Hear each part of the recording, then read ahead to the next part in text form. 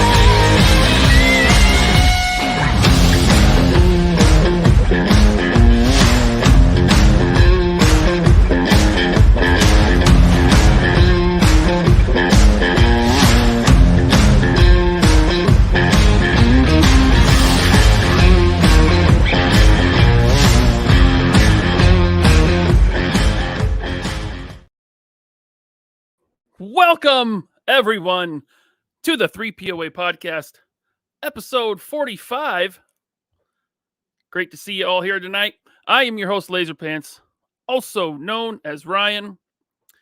I am joined, as always, by my good friend of yours, the man behind the best action figure videos on YouTube, the one, the only, Articulated Ninja. What's up, man? What is going on, bro? What's up? What's up? I'm good, bro. How you been? Got a little mix up. Tony's out of town. Well, actually, no, Tony's working. Okay. So we brought in the sewer rat. Right. That just make it clear for everybody. I am not Tony. I miss Tony. I wish he was on tonight. But you guys are used to getting the desert rat. Nah, New York is in the building. I get the sewer rat tonight. That's what y'all get. Y'all get the sewer rat. Yeah, I don't miss Tony. Yeah. Anyway, no, I do miss Tony. I hope he's watching. I know you're lying. I am lying. Bobby's running a little late, so we'll get to him in a minute. But we do have, for the first time on the show, very special guest. Got to hang out with him at Joe Fest. Talked to him at Joe Fest. Super nice guy. Super great interview on his channel with Bobby. It's the one and the only XManny87. What's up, man? What's up, man? You're selling me short. Super nice guy. Some people don't think I am. Hey, I met you in person. I can say that now. If I only knew you from YouTube, I'd be like, super okay guy. Yeah, you know, I'm human, right? You say hi to me, I say hi back. You say fuck you to me, I'm gonna say fuck you back. You know what I mean? True. Yep. So how you been, man, since Joe Fest? Oh man, chilling, man. Yeah, Joe Fest was like, you know, it took place on my birthday weekend, so that was like one of the best birthdays ever. That was amazing. And then, you know, came back on the grind doing videos and stuff. I had to lay back a little because like I freaking injured my back. I got a pinched nerve, and it's just like, oh man, yeah, like we get into that age. You can't. Don't act young no more, bro. We ain't young no more. That's the problem, man. I start doing younger shit every time I get older. It's from lifting those heavy ass bags of Action Force figures at Joe Fest. He was like, oh yeah, that's all the lifting I needed, bro. That whole weekend.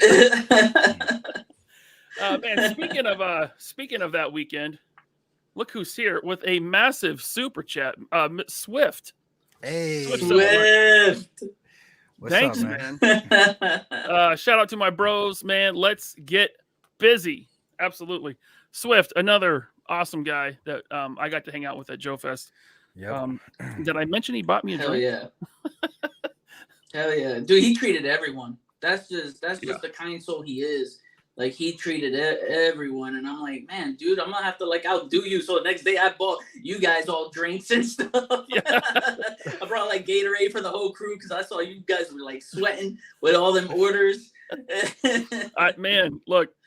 That was it. It was a lot of fun, but Ninja, I think I speak for both of us that by Monday we were exhausted.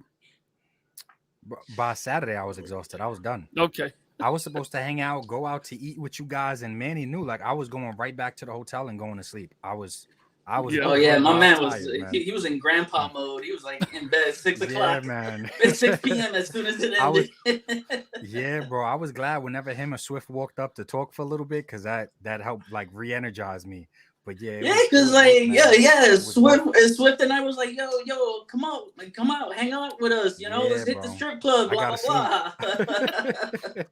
Well, you didn't go to the strip club, but what you went to Twin Peaks? Yeah, It's almost there. It's almost the equivalent. yeah. Halfway He was Twin trying to get me in Peaks had trouble. some tents popping out in the pants, if Right, you know what I mean. right. You know? See, Yeah, trying to get you me would in have trouble. been called taser pants over there later.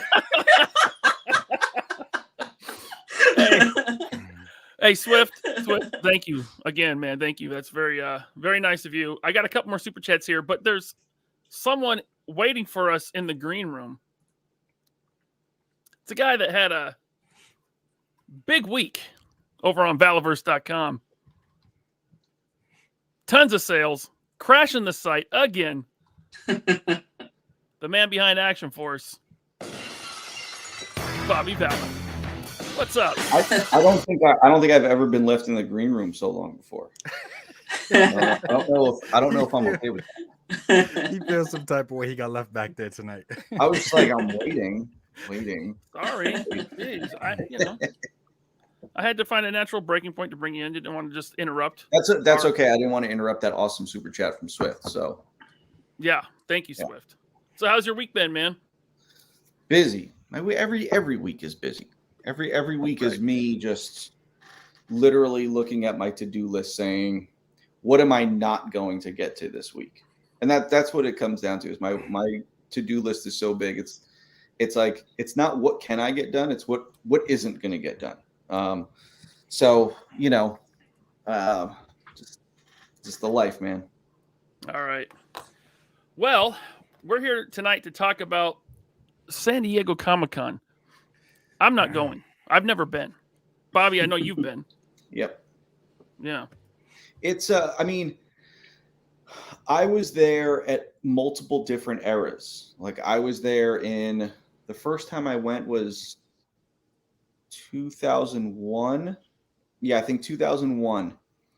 And it was like strictly comics. Mm-hmm. Like it was, there was no like, I don't even remember Hasbro having a booth. Hasbro, Mattel, like didn't have booths. It wasn't like, and like San Diego Comic-Con exclusives weren't like a thing back then. It was like, it was just comics, some movie news because that was like early, X-Men, Spider-Man, Fox stuff, but it was very much comics. And that's what I went there for. So it was cool because it was a comic book show. It was awesome. And then I went, with Hasbro, and that's when you started to see the shift. I was there in 2013. From 2013 to 2018, I went, and then it was purely just a media show, an entertainment show, and comics were kind of like a backseat in a way. People were there for the toy exclusives. What Comic-Con exclusive can I get? People were there for the Hall H stuff. I just remember like going out like Friday night, going out to dinner and then maybe for a drink after, and then walking back to like our hotel next to the convention center and seeing people in sleeping bags sleeping on the sidewalk outside the convention center. And I remember thinking like, what are you guys here for? And they're like, Hall H. And I'm like, wait a second. Hall H isn't until like 3:00 in the afternoon. These people are there 9:00 at night sleeping on the sidewalk. And I'm like, to see a trailer? Like, that's kind of wild. Like, it's really wild. And I was like, well, you're not going to catch me doing that. But, and now I think Comic-Con is probably even more different now. Post-COVID, they're getting back in the swing of things. I don't know how many companies still go. I'm sure it's still a massive amount of people. That was the thing that always like shocked me was the sheer amount of people. Like when you leave the convention center, there's like a trolley, like set of train tracks that you have to cross over to get to, they call it like downtown. It's like all like the restaurants and stuff like that. Very kind of cliquey touristy area. And that's where like, Hooters is, and all the restaurants, the nice restaurants, just strip clubs, that sort of actually no, the strip club you have to take a cab to. That was like Bobby knows right where that's at. But when in Rome. But like if you wanted to get something to eat and you didn't want to eat at the convention center, like we would go to Hooters, across the street.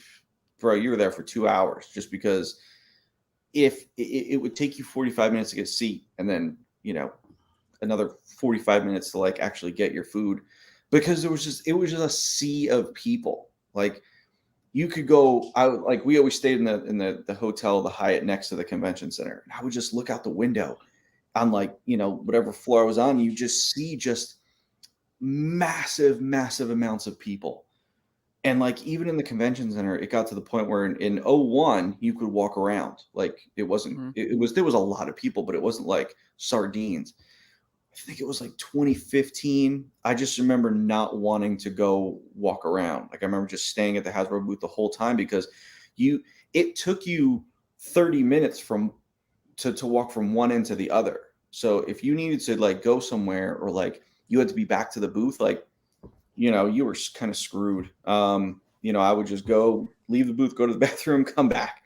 So it was just nuts. So I think it's just probably totally different now.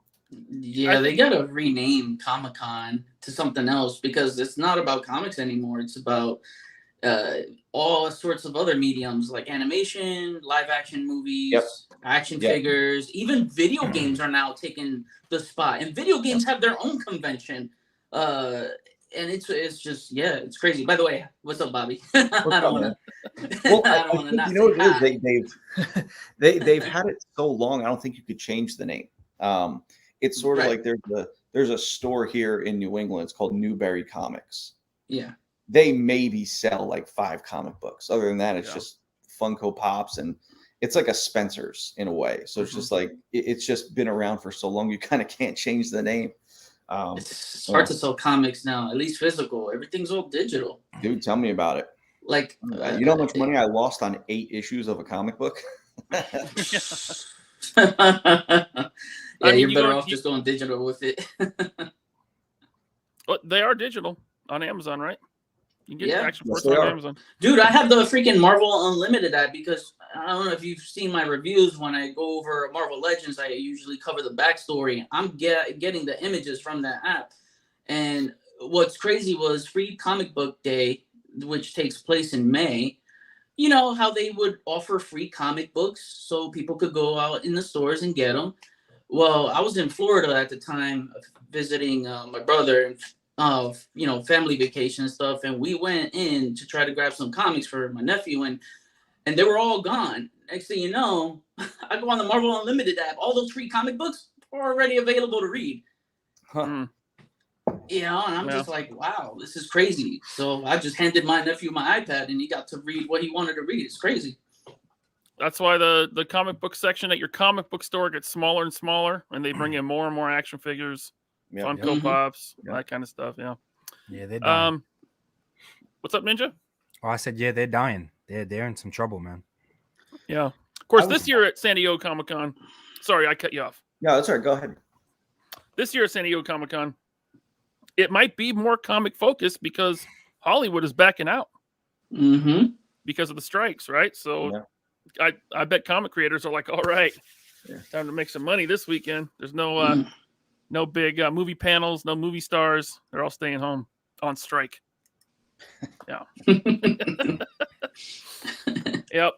Well, we got we're specifically talking about the action figure exclusives, San Diego Comic-Con tonight, because that's what we do here. We don't talk a lot of comic books that often, but we are talking the action figure exclusives coming to San Diego Comic-Con.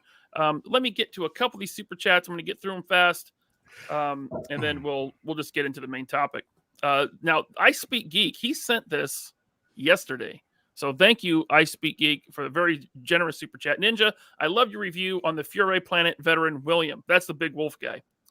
Like you, I feel I've waited my whole life for a figure like this, and I'm stoked to receive mine. What are your thoughts on the exclusive white werewolf version?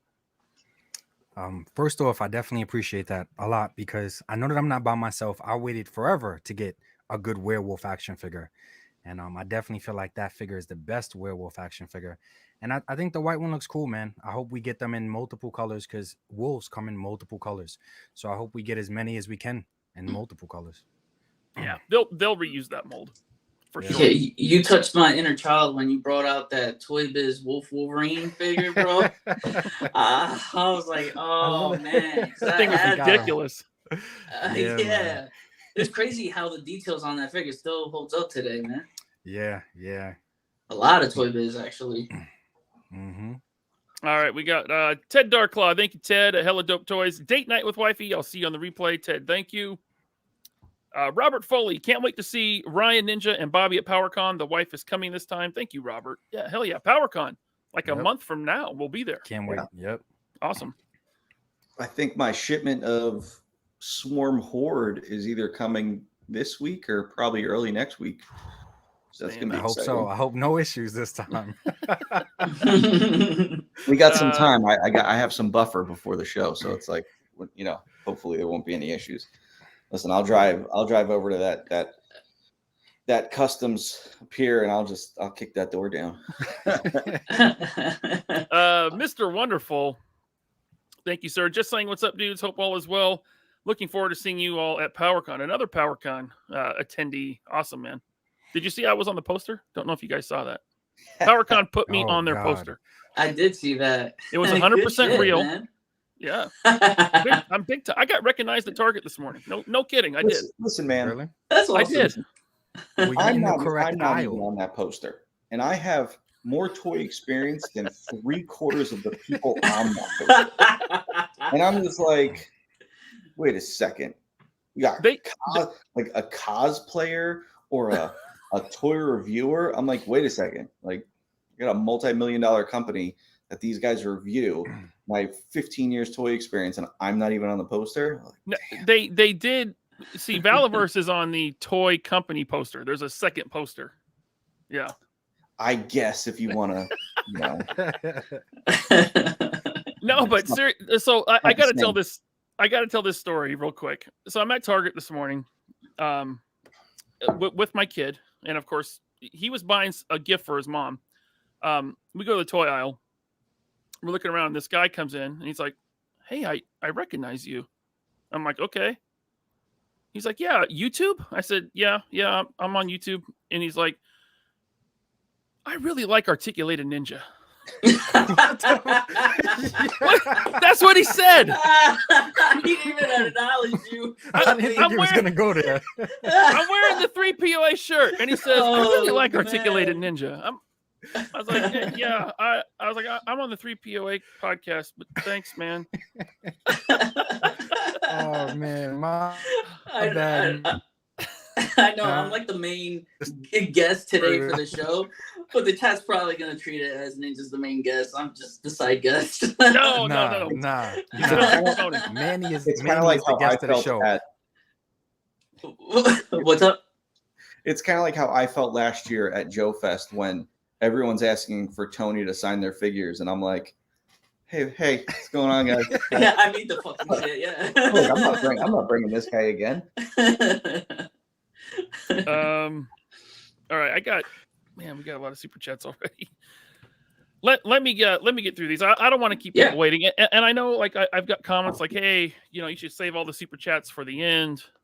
I don't want to do that to the people that paid their money to say something. I don't want to make them wait too long, but I might go through them out of order and save like the unrelated questions for our topic, like until the end. So if I don't get to your super chat right away, that's what I'm waiting for, because we do want to talk about SDCC exclusives. I do want to get to Not Top Goon real quick. Thank you, as always, Not Top Goon. Hey, what's up, guys? So glad to see these champions and toy collectors here. Can't wait to see what y'all have in store. Thank you, Goon. Stay away from that Vegemite, man. Mad Hatter Reviews. He took a break from his very busy schedule of feuding with Nostalgia Unboxed to send this super chat. Thank you, sir. He says, what's up, baby boys? Watching this on the road, risking my life. Also, the $50 guy, he just made it look like cheap POS. Oh, whoa. Was that a ghost? Thank you, Mad Hatter Reviews, so much. Dude, that was good. That was good, Ryan. That was good. That was good. I like going into his comments and seeing the people that are mad at him for his opinions, like they do on this channel. But it's funnier on his channel. Thank you, Matt Hatter. Jerry Gatz, thank you, sir. I love San Diego Comic-Con reveals and all, but I don't know why it's bigger than Toy Fair these days. Toy Fair is not a public event. Yeah, Toy Fair's not public. It's also it's not a public event. It's not for Toy Fair was more of a trade show. The initial reason for Toy Fair was for retailers to go there and see what companies had that were coming out like the following year. They could put in orders, that sort of thing.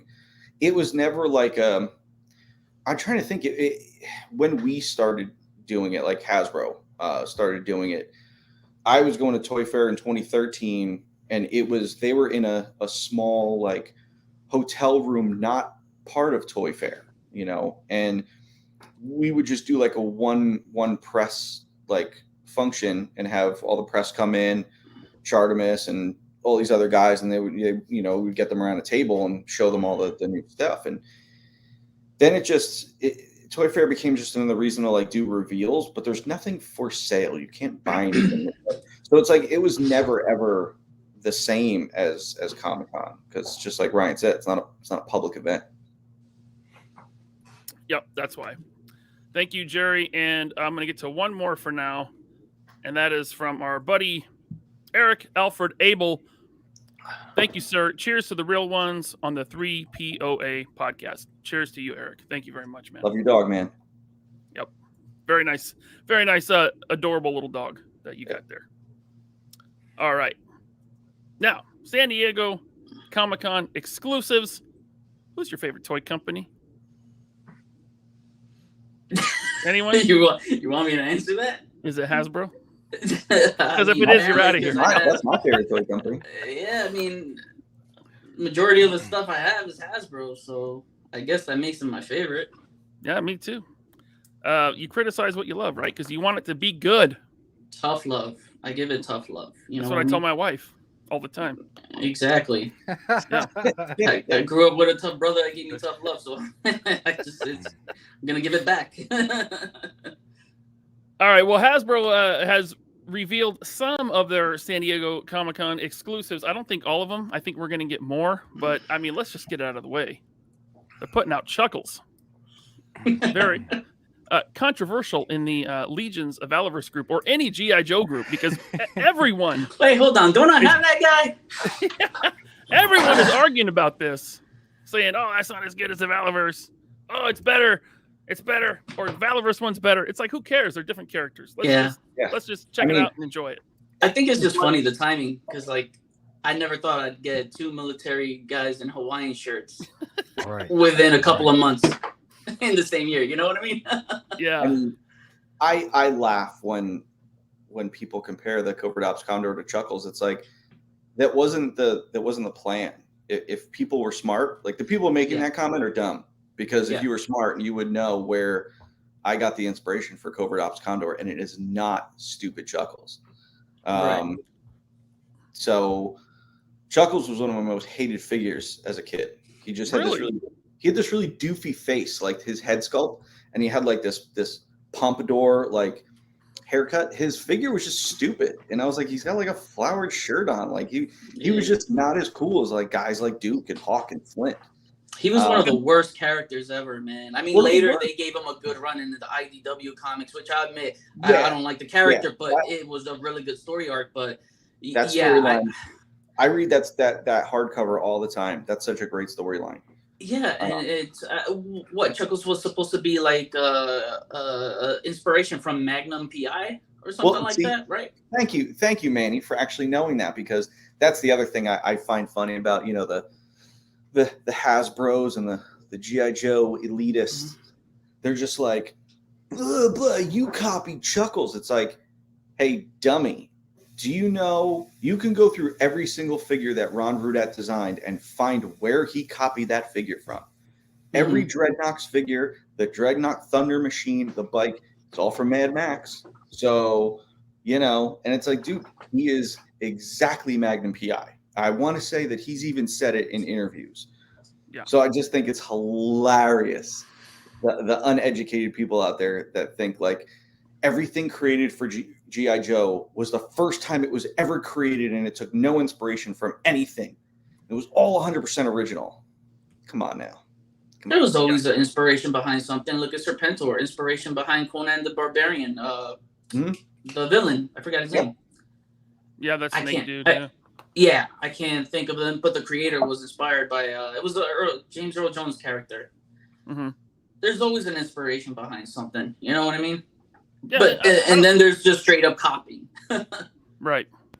I don't think there's anything wrong with that either. I mean, the original G.I. Joe line lasted for a long time, not because it was original. You know, it was just a good line of figures that kids love to play with. You know, great vehicles, great figures, all that. So the chat said Tulsa Doom. Thank you, chat.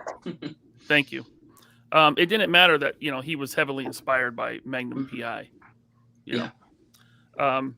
But let's just go around. Ninja, what do you think of this Chuckles? Is this something you're going to try to snag when it eventually goes up online? Like Vala said, it makes me laugh when people do the comparisons. Because I do feel like they're only similar because they have Hawaiian shirts on. But to piggyback off of what Manny said, how good of a time is it for us right now as action figure collectors that we can get 2 military-ish inspired figures with Hawaiian shirts on? We are living in a really good time. We're eating good, bro. We're eating good. I like his accessories more than I like the figure. I don't like the figure, but I love the accessories that he comes with. So I will be taking all these accessories and putting them with Condor, but I love these accessories. Yeah. Me too. Manny, what about you? You have a very critical eye because I watch all your reviews and I love how you review figures. So let's get a little X-Manny review of this guy right here, just based on the picture alone. Okay. First, I hate to tackle pricing first, but I have to. Yeah. That's a basic ass looking figure with basic ass offer accessories for $41.99. Hell no, that is a $25 figure at best. Yeah. $41.99. I just remember the Dr. Mindbender was like $42. It is. Yep. It's $42. I shit you not. I didn't bring up the price. I wanted Manny to bring up the price. This is your show, Manny. Get him, Manny. Get him. That's why I like, you know, my Valaverse points for being redeemed, man. But seriously, if we're looking at this, like, all right, Goofy. Yeah, the heads are still goofy. I guess that's what they were trying to go for, is because that 80s vintage figure had that goofy kind of head. Like, I like the accessories, but is the whole package worth $41.99? You know, I could get rid of that. You could get rid of that box and probably, you know, subtract like $7 or something out of that. I don't know. A lot of it is the box. So let's be honest. It's the box and it's the contacts, con exclusives. They're going to throw another 5 to 10 on it automatically because of that. I try to look at the pros and cons to things. So like the price is just hell no go. The cons, the pros, the accessories. I actually like, if you look on the left, bottom left hand corner next to his binoculars, that's a Soundwave accessory. Yeah. And I believe they threw that in one of their Transformers. They did an accessory pack that came with like a silver drone that you can army build for Transformers. I had it. I have it actually, and I thought that was pretty cool. So it looks like they're trying to, you know, plant the seeds for a possible G.I. Joe Transformers crossover. Oh, big time, dude! Because I don't know if you saw Rise of the Beasts, but I went and saw it today with my boy. And at the end, like, sorry if you haven't seen it, but it's been out long enough, and it's a stupid ass Transformers movie, so I'm gonna spoil it. At the end, G.I. Joe shows up, and they give the kid the card, and like, we're G.I. Joe, you should join us. And so and that's what they should be doing, honestly. They should be bringing the two worlds together in media and in toys. The Hasbro verse. Yeah, I mean, just do it already, right? The problem is it's about 4 movies too late. It's like, they need to. So starting I think they're going to try to like revive G.I. Joe in the movie franchise world in the Transformers universe through Transformers. You know what I mean? Yeah. Establish it, make it cool in the Transformers movie, and then spin it off. Something like that. That's what I'm thinking. I'm thinking is build a universe around that first. Like in the comics, they did like the crossovers, and then there would be spin-offs leading off to different titles. And man, I'm excited for that. Like my brother and I, growing up as big G.I. Joe fans, like that's one of the things. One of our like biggest memories was putting our G.I. Joes against our Transformers. It was like the ultimate play factor. Yeah. This got me, that sound wave got me thinking. I want to know what you guys think. Hasbro loves HasLabs. Are we going to see a 112 Optimus Prime in a HasLab to go with the G.I. Joes, like a classified Optimus Prime? Like, how cool would that be? Right. That's what I'm thinking. Is like if you're gonna put a 6-inch classified G.I. Joe figure inside a Megatron tank, yeah, it's just like or we already know. Well, wouldn't they do that as like a HasLab? It seems like that's just what they're gonna, keep jerking us off with. What do you think, Bobby? You work there. What do you think? You think they'll ever do something like that? Looking at the Black Series line, looking at G.I. Joe, looking at the Indiana Jones line, seeing the people that they have working there, they don't have people smart enough to pitch that idea. No. Now, if they do and they do it, that's awesome. It should be done. Like it's not even like a man, it'd be great if they did. No. It should be done. Like there's no reason to not do that. Right. But I think they're scared every time they do a HasLab. Mm-hmm. I don't think they're confident in their HasLabs.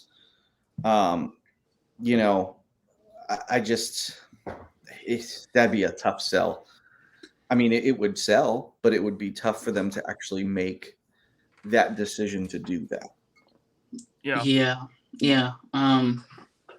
Dude, you know what? In one of my latest videos, Laser, I don't know if you checked it out, but one of my subtitles was, is Hasbro setting a trend for $40 plus single releases? When I look at this, and then when I look at last year's, like Dr. Mindbender, same price. When I look at the Iron Man with the proton cannon, $40 plus figures, solo figures. Some people were getting at me and thinking like, oh no, it's easy to blame. It's so easy to blame Hasbro, but I'm like, and where's the proof? Where's your proof? I'm just like, dude, look at the patterns. Patterns tell you a lot of truth, And when Hasbro started selling $40 plus single figures, guess who followed suit? Mattel. $40 Cody Rhodes figure, $40 Logan Paul figure for their WWE line. Now you see Jazzwares putting out a Call of Duty exclusive for $40. That doesn't come nowhere near the accessories of a G.I. Joe or a Valorverse figure when it comes to your military 6-inch action figures. You know what I mean? That's nuts. Even Jazzwares AEW line with Sting, a $40 single figure that comes with a coffin. I'm like, there's got to be some proof to the pattern here. You know what I mean? I think by next year we're looking at $30 for a regular Hasbro figure release. Jeez. Funny, didn't somebody just lower their prices to $30? Yeah, I pointed that out in my video too. That somebody does is usually not a norm. So yeah, I'm not expecting that all across the board. But being that we're talking about prices real fast, because Vala has the experience there, how much? This is the biggest Optimus that I have in my collection. The guy's pretty big. Let me move him back off camera a little bit. So if this guy is this big, this is Lady J, classified Lady J. How big would Optimus really have to be? Yeah, because this guy's huge. So how big would that Optimus have to be? That Optimus is smaller than the Sentinel, right? This one is bigger than the Sentinel. Is that the Robosyn? Yeah. No, this is the Atlas. Oh my god, that thing is beautiful. I think it would have to be. Yeah, look at Bigger that. than Look Sentinel. at that. Oh, hold on. I gotta burp him. It's okay.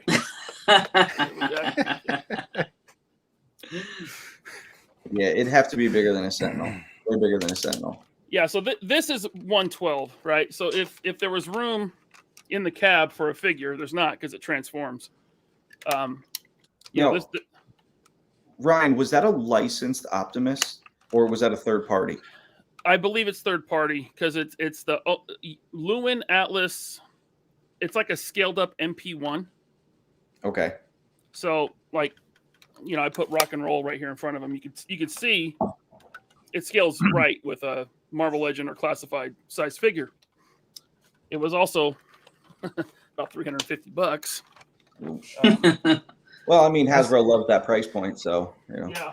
Right.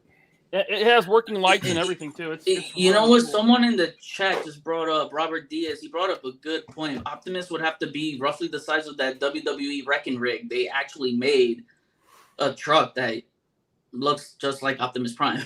Yeah, that is actually underscaled for. Yeah, it's very underscaled. Yeah. Yeah, it would have to be a lot bigger. Optimus was a Peterbilt. Peterbilts are enormous. Mm-hmm. If you ever stood next to one, Peterbilts are huge. I think as far as just getting the figure to fit in the vehicle, maybe that is the main concern.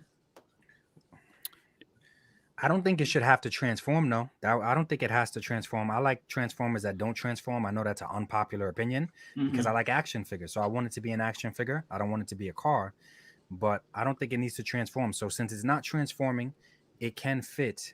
I think they could, if it doesn't transform, get an action figure to fit inside. We need some, I remember, we need some damn mechs, man. We need 112 scale mechs, man. That's what we need. That'd be cool. Battle mechs. I think I asked Bobby that in my interview. And leave it to Ryan. Yeah, you did. And leave it to Ryan. See, I tried to bring up my Optimus on screen to show mine was big, and of course Ryan wants to show his was bigger.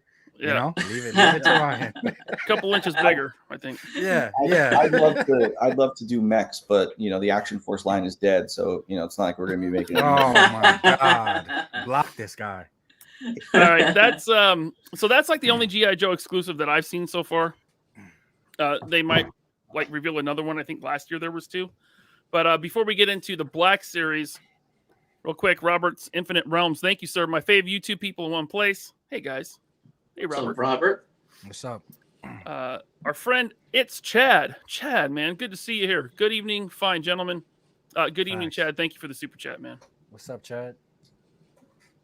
I got one from Marvelous Nerd. What's up, dude? Thank you very much. XManny, my second favorite toy reviewer behind the goat talker. You got to give him that one. That's some interesting company to be next to. Are you going to SDCC and are you interviewing Bobby's BFF Dwight?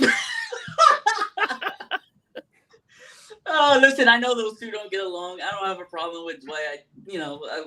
I talk to those people in person, so whatever beef they have, that's them. No, I'm not gonna go to Comic-Con and interview the team. Interestingly enough,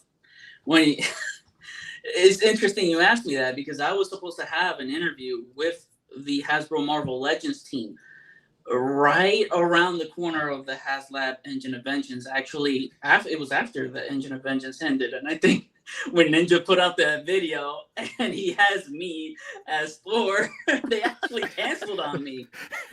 Really? And I'm like, wait, hold on a second. So I hit up the PR team and I said, hey, you guys, I know you said you would reschedule. When's the reschedule? Waiting. It was a lot of back and forth, a lot of beating around the bush. And I'm like, I think these guys don't want to talk to me. Because literally at those times at that time, I think only 1 or 2 people had interviews with that team. Boog, because he was actually on site at New York Comic Con. And then I think the only other one was like E. Rivera, and that's it. I don't think they wanted to take the smoke for the failure of the Engine of Vengeance. So after that, I never got anything from the PR team that they wanted to interview me. I mean, hey man, I got to keep it real. You know what I mean? Yeah, I don't think it was because of me, but I don't want to contribute to you losing that at all. But I think it was because they knew the questions you were going to ask them ahead of time. It doesn't. You could spend 5 minutes on Right. your channel, bro, and it would let the person know what type of interview this is about to be. Oh yeah, So- I mean, easily. I would have grilled them a little bit, but you know, the thing I is, think you would have grilled him much harder than a lot of other people did that got to interview them. yeah, yeah. And the problem is, I stopped. I'm sorry, Bobby. Just No, go ahead. I'm just gonna say this one thing.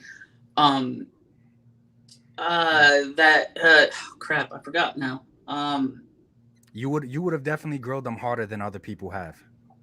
Yeah. Yeah. Oh, that's where I was gonna get at. Is Right. that they actually changed their approaches to interviewing. Before, I used to ask whatever question. Now you got to actually get your questions approved through the PR team. So any grilling questions I had lined up, and I had my stuff lined up. Trust me, I had it all crispy, man.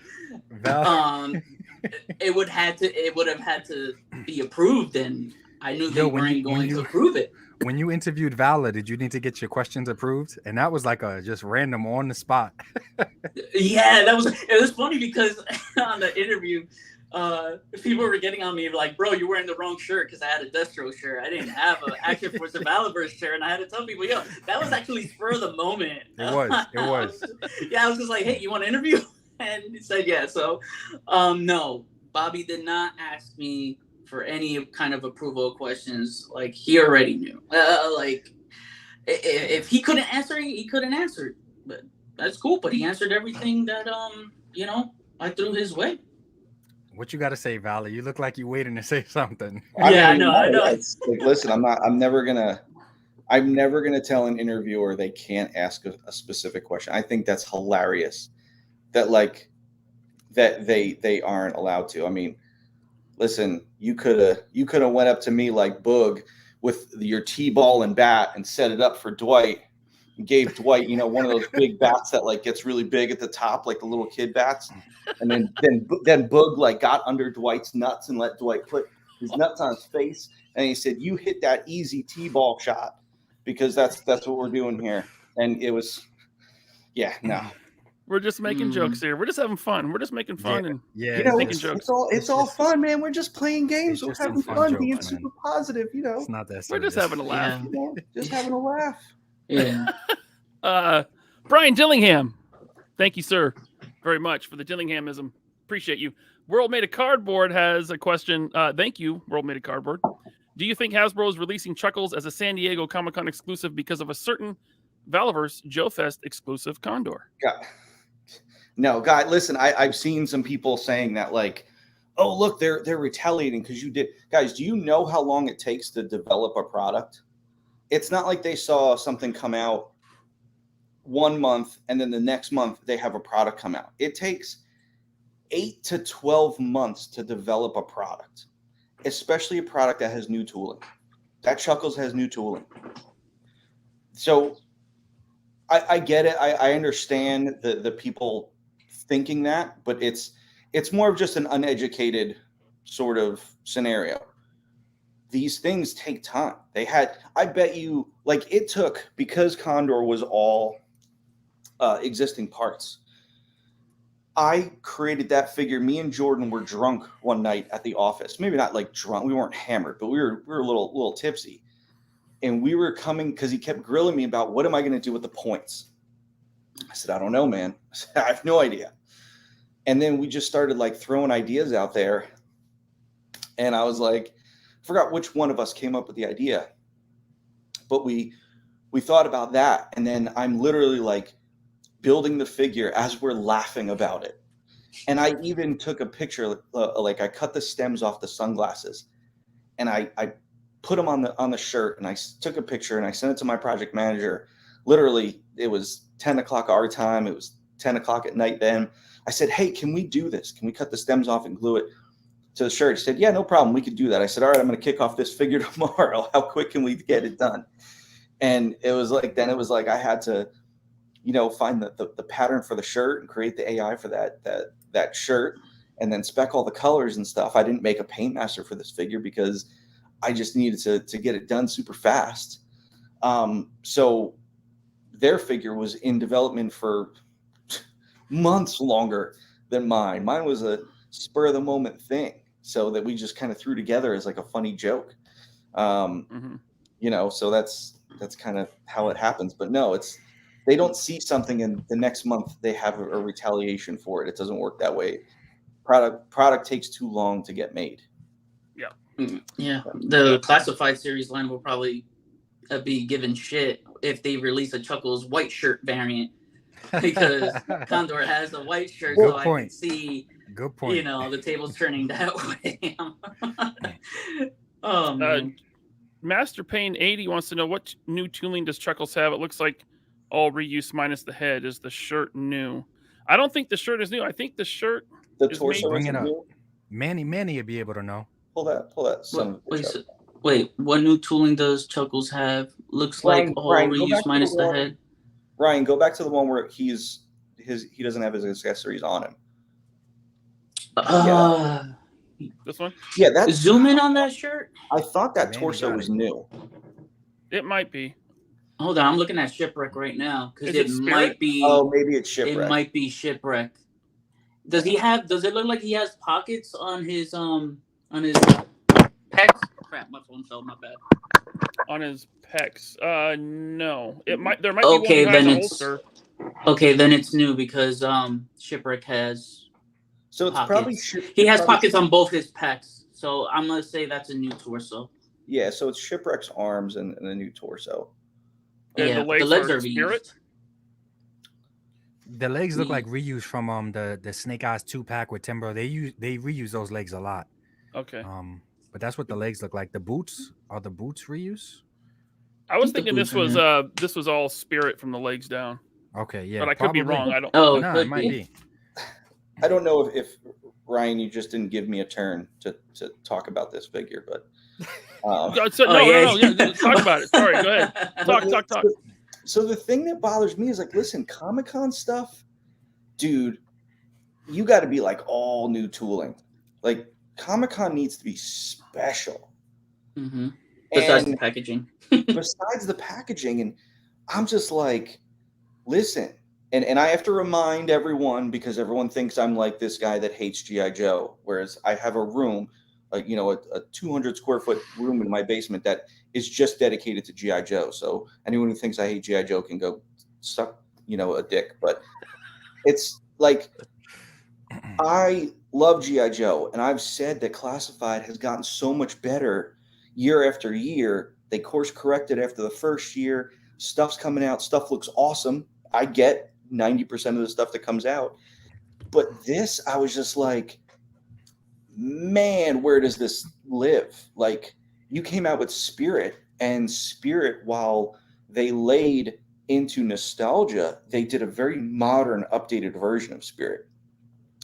I look at this and I'm like, you gave him 80s like headphones and like 80s binoculars, and it's just like, you have this one figure that's just an outlier now. Like, where does this belong?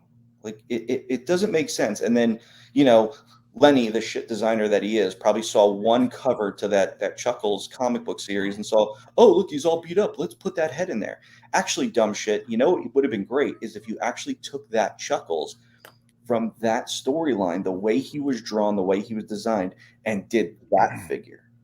That would have made you look like someone cool. Now you just look like a hack. But it's just like, where does this belong? You took a step back.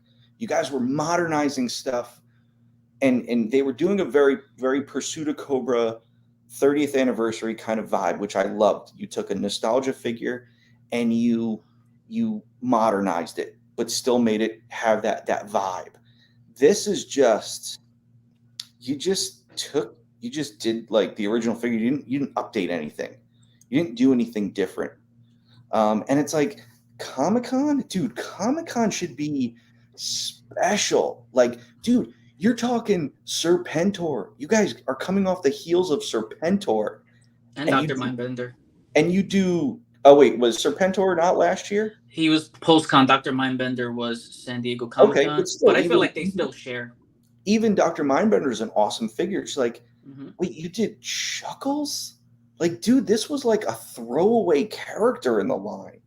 He's not like an A, a B, or a C lister. This dude's like, dude, he was in the movie. He had no lines in the movie. Like, that's like, he's not like a good character. You know, you could have done a Slaughter's Marauders 3-pack. You know, that would have been awesome. If you still had Sarge under contract, you could have done a Triple T. You know, you could have done the Blue Slaughter's Marauders Sarge, or whatever the fuck they're calling, you know, Mean Marauders now, or whatever, because you did this barbecue.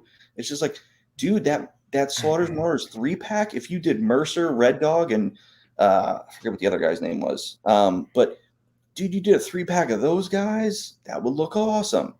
Do a Nemesis Enforcer. It's like, you did Chuckles?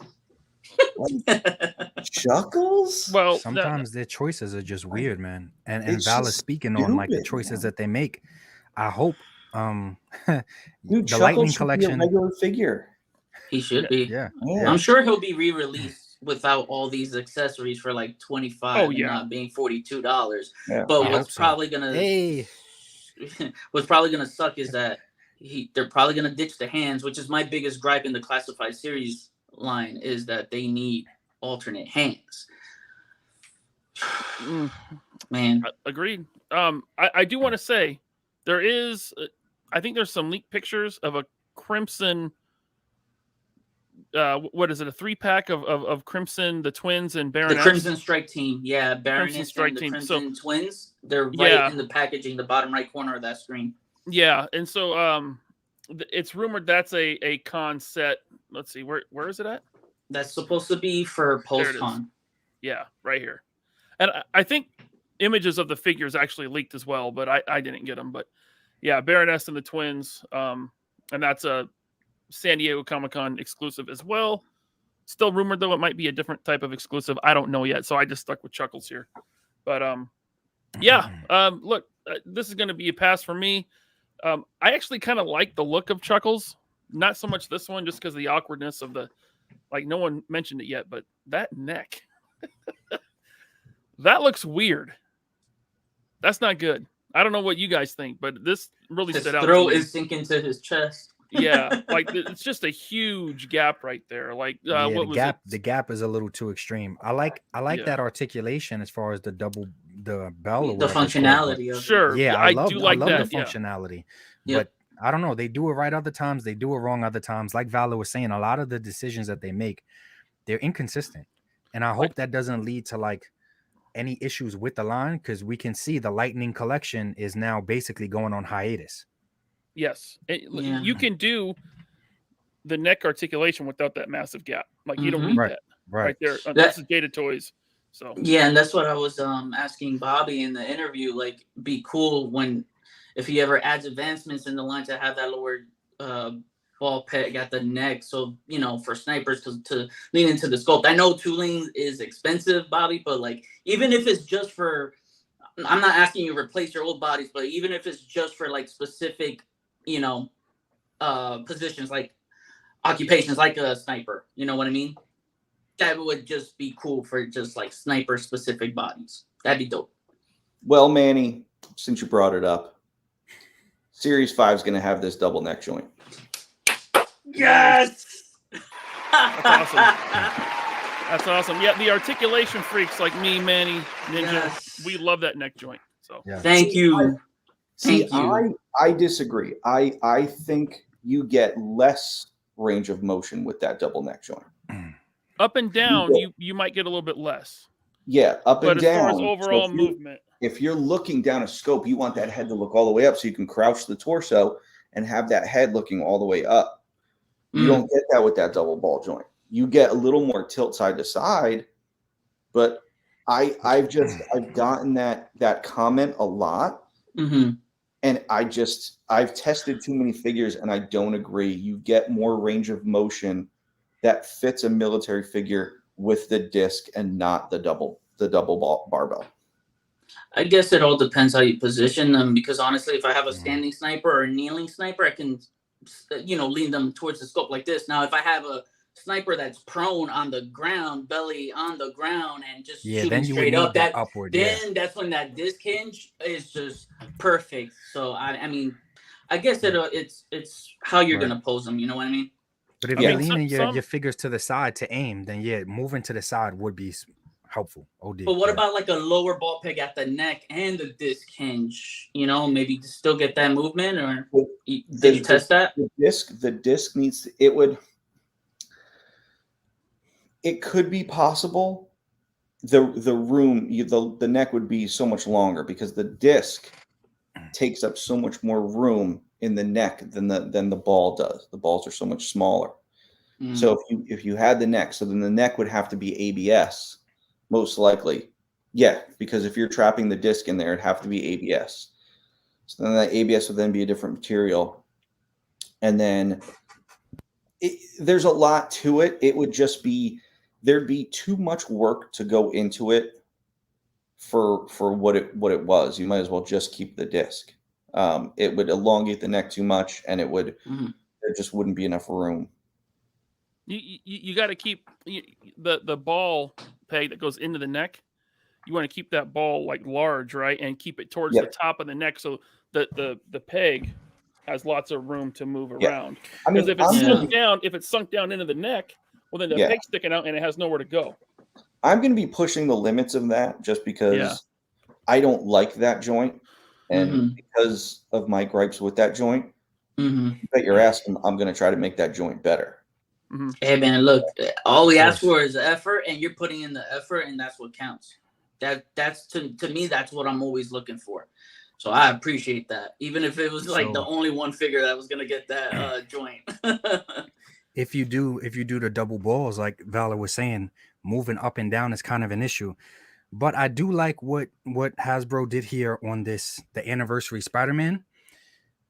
Even though it's not the joint that we're talking about, because the neck is connected to the body, they have like it's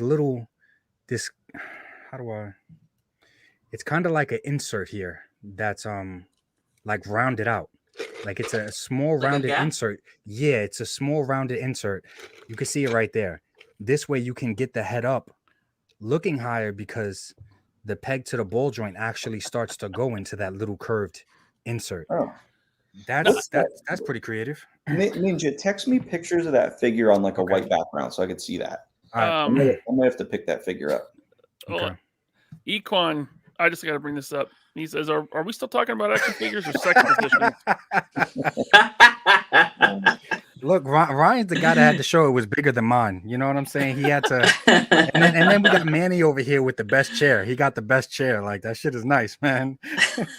And someone asked if classified figures have the lower ball peg and then the upper disc and the head, and I think, Duke does. Yep.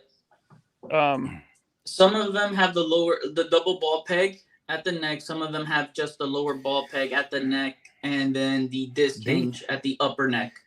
They have it, but like sometimes it just doesn't function well. Similar to the girls having a butterfly joint, it's kind of like it's there for no reason. It's just they have it, but it just Duke has a disc and a ball.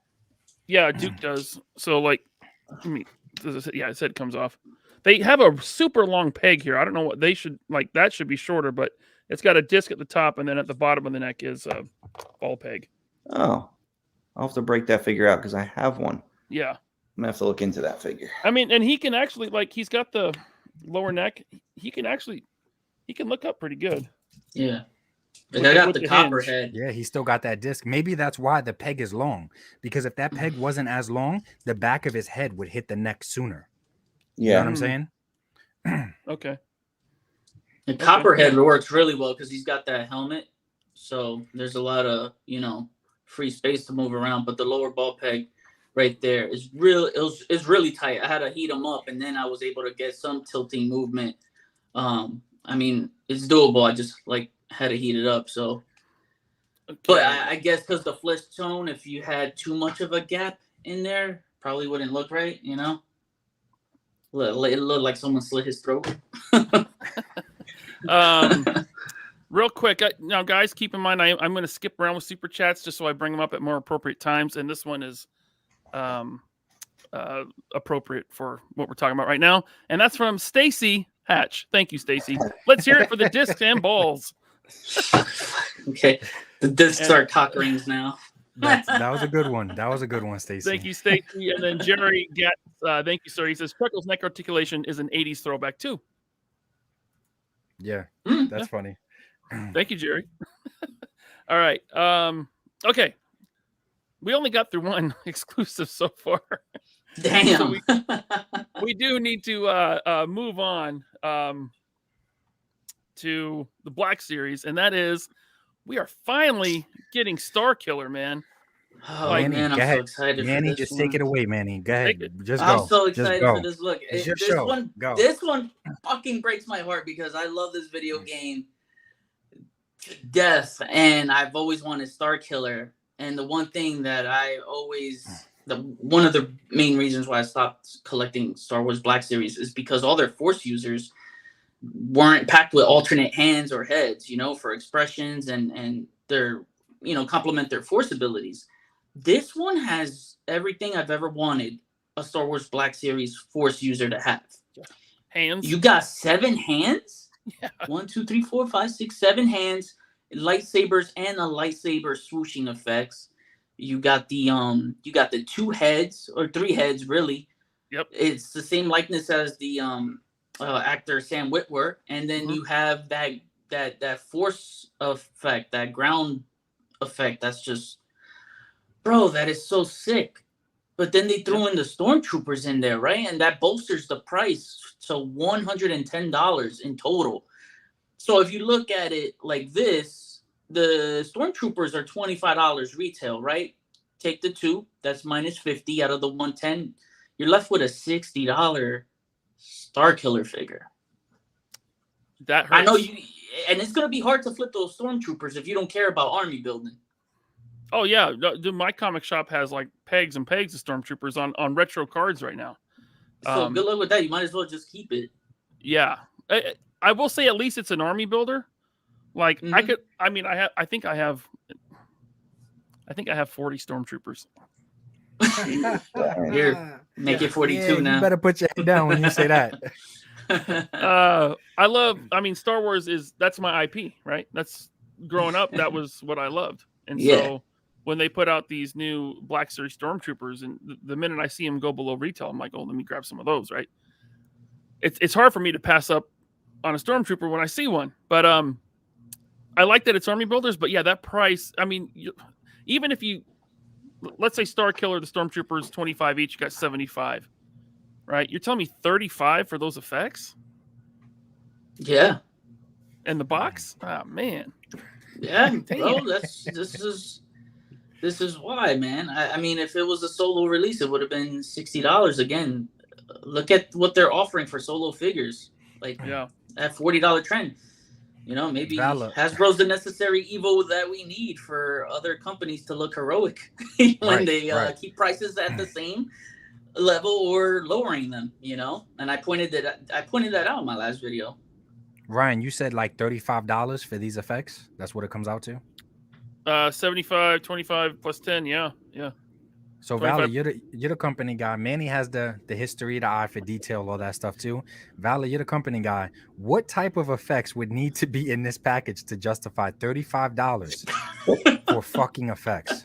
What are we talking about here? 2 more stormtroopers. Effects. Yeah. It's almost like I look at it and I'm just, looking at the prices. I didn't know the prices of any of these things. I didn't know that Chuckles was $42. Yeah. I'm still baffled by that. I didn't know that, this was 110, but it's like, I'm looking at it and I'm like, the extra $10 is like 100 would be bad. And then they were just like, we're going to kick them in the balls too. Yeah, they know we want this so bad. Yeah. They know it. I know.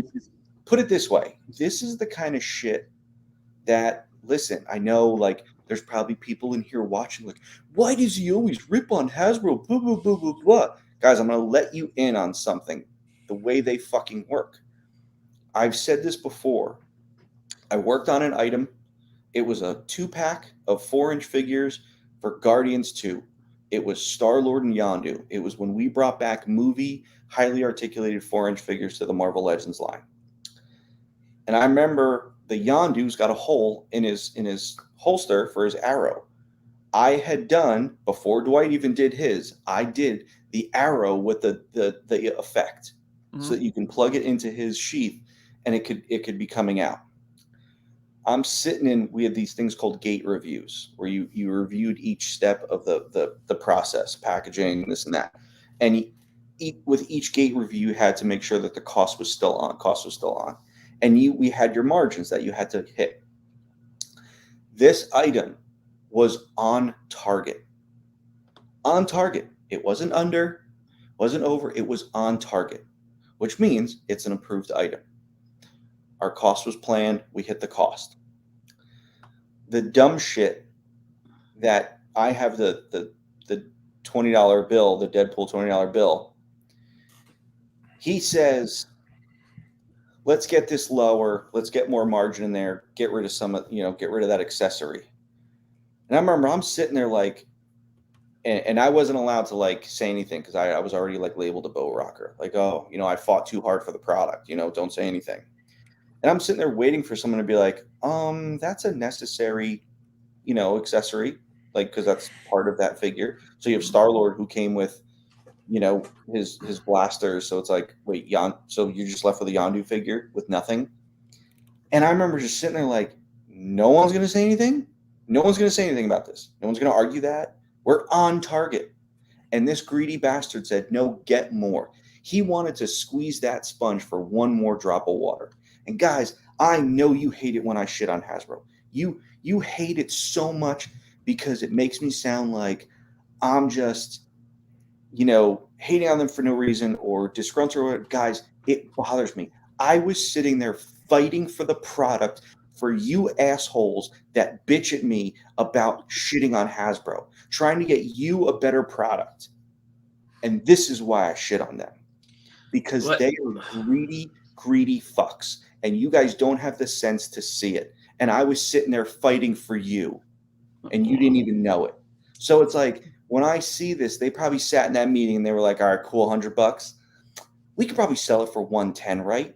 Right? We can get, I'm telling you guys, I've sat in these meetings. I see it. I knew it.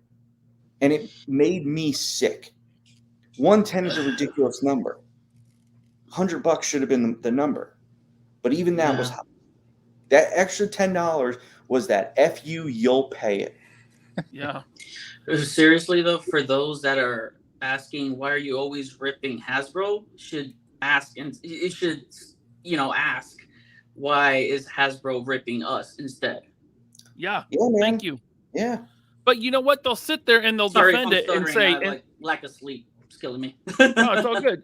They'll sit there and defend it and they'll say, well, they're just trying to please their shareholders. I'm like, whatever happened to pleasing your customers? Yeah, right? Yeah. Shareholders are customers, right?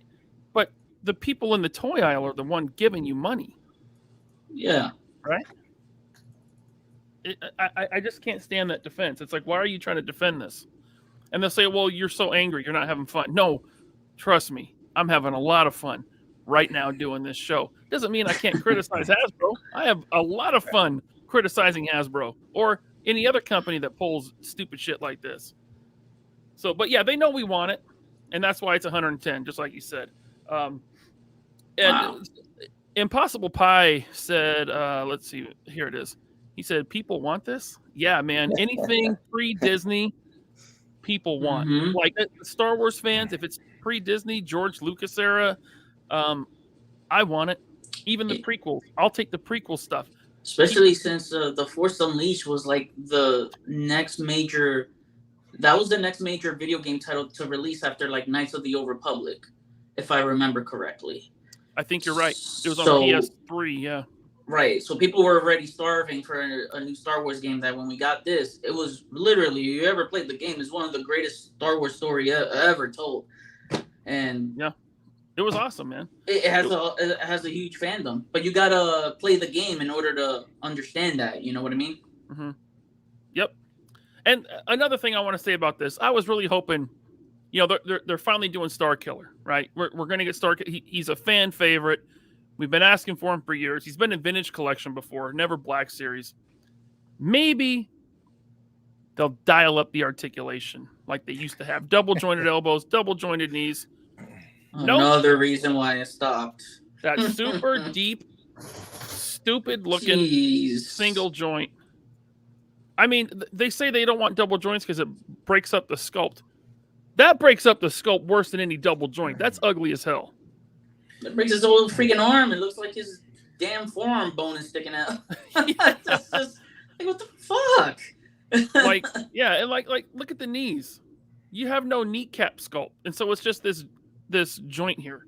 Just put the double joint in. It looks better. At least then you have sculpt on the kneecap. That's just you just see the disc. It's I don't know. Am I going to get it? Oh, man, I want Star Killer so bad. As much as I complain about it, man, I want this. But I'll probably wait for the single release, and hopefully he still comes with a few hands. We'll see. You know, Vintage Collection. You guys collect that? No. They're doing Chrysanthemum.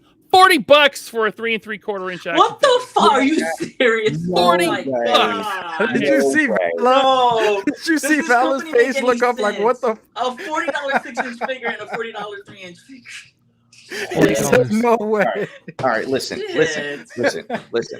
I'm gonna shit on some of the people listening real quick, just because, guys, you cannot be this dumb. If you are apologizing for Hasbro and you're buying this item, like, take this item, put this next to Chuckles. I already said Chuckles is too high. Like, what are you thinking? Seriously, what are you thinking? Like, there's no way you can. Anyone who is like on this item, like, yeah, it's cool, yeah, it's great, yeah, it's worth, like, just go play and try. Oh no, they're gonna bring up the Disney license. The Disney license. Okay, how does that matter next to their own IP in G.I. Joe when it's the same price at $40? How are you going to say that this figure is the same price as that Chuckles? That's mind-blowing. I gotta think this is gonna sit on Hasbro Pulse for a long time. I hope so. I mean, if Vintage Collection, you know, the 3 3/4 guys buy this up, I think it's over, man. It's like, well, they're going to start charging $60 for Star Killer. Everything. That's a good point to make, because everything affects everything. Just like if the Engine of Greed would have funded, it would have affected the price of every single HasLab after that. Everything affects everything. It's just, I don't know, man. It's crazy. I mean, like I get it. There's a con tax, right?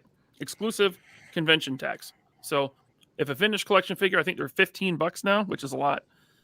If this is 20, I probably wouldn't even bat an eye. I'd be like, all right, it's $20. It's a lot, but the con tax, right? An extra $5. No, they're doubling it and adding $10. $40 for a 3 3/4 inch action figure. Unreal. Yeah.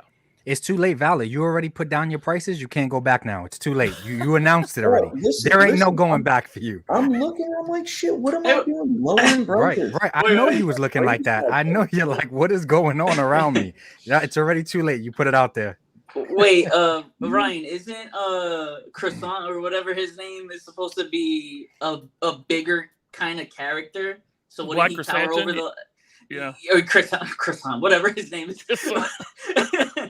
Isn't he supposed to be like a bigger character? So he would be 6-inch next to the 4-inch figures. So this is like another $40 6-inch figure. I guess? I mean, maybe. Yeah, I mean, they just think it like that. Oh. That's how they justified it, I guess. But look, Ninja Knight brought up something. Omar says the Vintage Collection is 20. Jeez, man. Okay. So it's double the price. Okay, so Ninja Knight said the Black Series team had their budget cut when the sequel trilogy failed. I mean, look, we saw Rogue One and Last Jedi and Solo, all those figures rot on the pegs. I could probably still go and get Jyn Erso at Walmart to this day. I mean, they sat around for forever. Would that affect their budget, Bobby? Would they say, hey, look, we're going to slash the budget because these aren't selling? We're not moving as many. And then the Black Series team says, well, in order to make good figures, we got to charge more. Is that something or? I mean, I would hope that someone from Hasbro is having the conversations with Lucasfilm saying, guys, you're making stuff and we're making toys for it and it's not selling. Like, you got to give us something. Like, give us something that'll work. If they're not having these conversations, they're crazy because, with every new contract that they sign with them, their royalties go up. And it's like, there has to be people there having these conversations like, listen, you're not going to get it done with Andor. Like, we're not doing 20 items for Andor. We're doing 5 items for Andor. Or same thing with Ahsoka. Like, they need something that is going to cater to kid and collector. And it's like, they haven't had a movie. When did Rise of Skywalker come out? 2019. It's been 4 years. Yeah. 4 years without a Star Wars movie. Mm-hmm. You should be ashamed of yourself. Lucasfilm is a joke. You own that brand and you went 4 years without a movie. Let me tell you something. Kathleen Kennedy shouldn't get fired. She should get run over by a bulldozer. Like, she has destroyed that brand. I can't even believe, like, we all know it's imminent. She's getting fired because of what happened in the Indiana Jones. I can't believe they even let her get this far. Like, I don't even know if it's imminent, though. I'll believe it when I see it because people have been rumoring that for years now. Well, I had heard from some semi-inside sources that Indiana Jones was her last straw. If it didn't do well, she was gone, especially after the hotel shit. So it's like, the hotel? Look the Star Wars hotel that they shut down, that right multi-million-dollar hotel. And it's like, look at what this woman has done to this brand. Someone can like single-handedly kill a brand. And it's like, that's mind-blowing. And it's like I don't know what they're, and it's like, listen, she made the announcements of like a new Rey series. I can tell you right now, when they fire her, the first thing they're going to do is they're going to axe that movie because no one's asking for that. No one wants Hasbro that. Hasbro doesn't want that. Lucasfilm doesn't want that. They're just like, we'll let her announce it. We know that's not happening. We know. But like, again, I just think someone from Hasbro has to be saying like, listen, you want us to hit a target. Well, we're not going to hit that target because you're putting out shows. And you're putting out bad shows. You're putting out shows that, aren't going to like give us kid and collector product. Like, we need a line that we can do kid focused product that sells figures and role play and vehicles. Like, it's not just figures. Like, yeah, collector's a big part of shit, but you guys got to remember there's another 50% of that license and that revenue, and that's kid. I think collectors tend to forget. They get like tunnel vision. They're like, no, it's just about us. We're just collectors. We're the ones buying this stuff. No. There's a whole ton of kids out there. There's more kids than collectors, and they need to make that other 60 or 50%, and that's with that. So again, if you can't do figures, role play vehicles, you're screwed, man. You're screwed. Yep. We got 23 super chats here, and still a lot of figures I want to get to. Jeez. Let me just get to a few of these real quick. The Death Skull. Thank you, sir. Replay Squad Unite. Thought I'd step in and say hi. Well, hello, Death Skull. Thank you very much for the super chat. This is going to be a long answer. So I might save, not Top Goon, I might save that one for later. And then Jerry Gatz wanted to reiterate. Thank you, Jerry. I meant San Diego Comic-Con is bigger than Toy Fair as far as how much toy companies market themselves and pipeline reveals more effort towards SDCC. Well, yeah, it brings in more revenue. You sell stuff at Comic-Con. You don't sell anything at Toy Fair. You don't have any. Right. You can't like generate revenue. Like you can get retailers to like take product, and you're generating like a partnership, but you're not generating like income there, which is obviously why Comic-Con is bigger than Toy Fair. Do we have any conventions that's strictly just dedicated to action figures or toys, let's say? Is there any specific conventions? I don't think so, but I don't think you would want that. Like, because I think if you start doing like, for instance, look at Joe Fest. It was called Joe Fest. They did it the year after Joe Con was done because they're like, we need something supplemental. And it was just a small, tiny G.I. Joe show. Well, you were there. You saw it's a toy show. It's not a G.I. Joe show. It's a toy show, which is also why, like, I was surprised that they invited me to PowerCon. I didn't reach out to PowerCon. PowerCon reached out to me and they said, "Hey, we want you to come." And I was surprised. I was like, "Oh, I thought that was a He-Man show," but it's not. Like, all these conventions have become just huge toy shows and pop culture shows. So nothing really is what it is anymore. San Diego Comic-Con isn't a comic convention anymore, and all these things kind of evolve because I think people, it's like everyday shopping. We want to go to Target. We want, one-stop shopping for everything.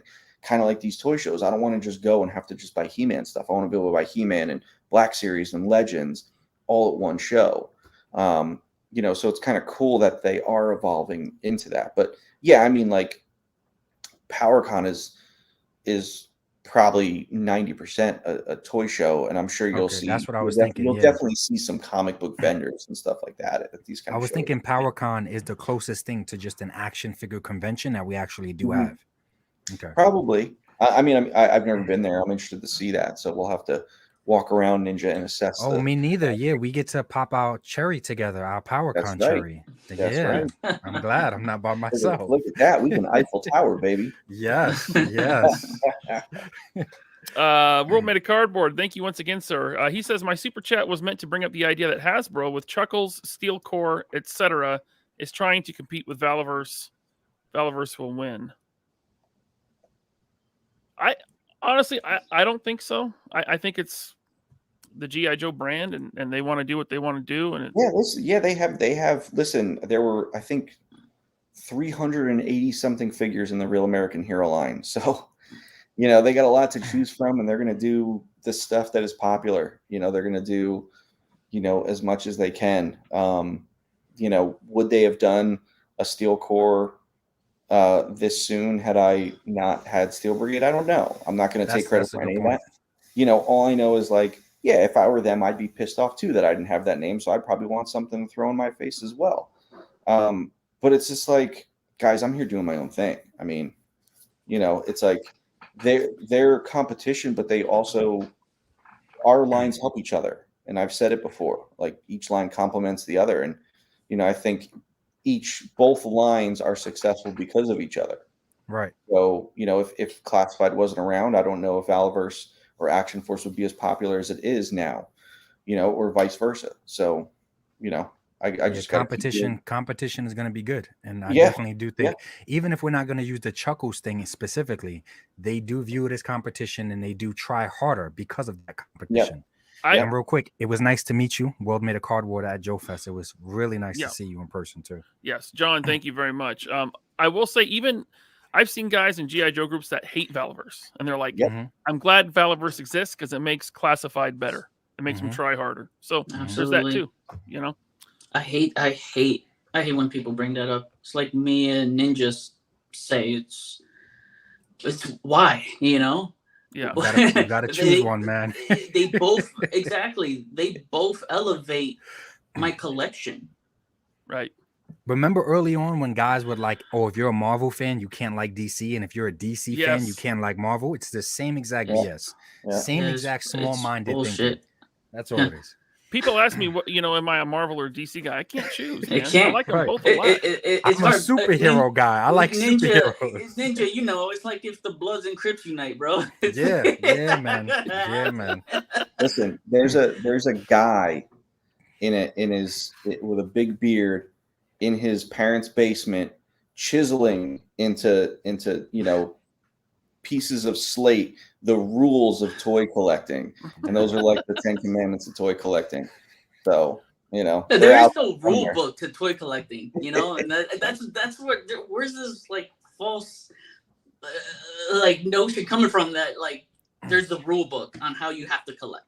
Right. Just love what you get what you love. We just want the companies to be better. You know what I'm saying? Like, we want the products that we're receiving to be better. Yeah, we poke fun at certain times at certain companies' products or even other content creators, but it's just all for fun. We just want better damn products. That's all we want.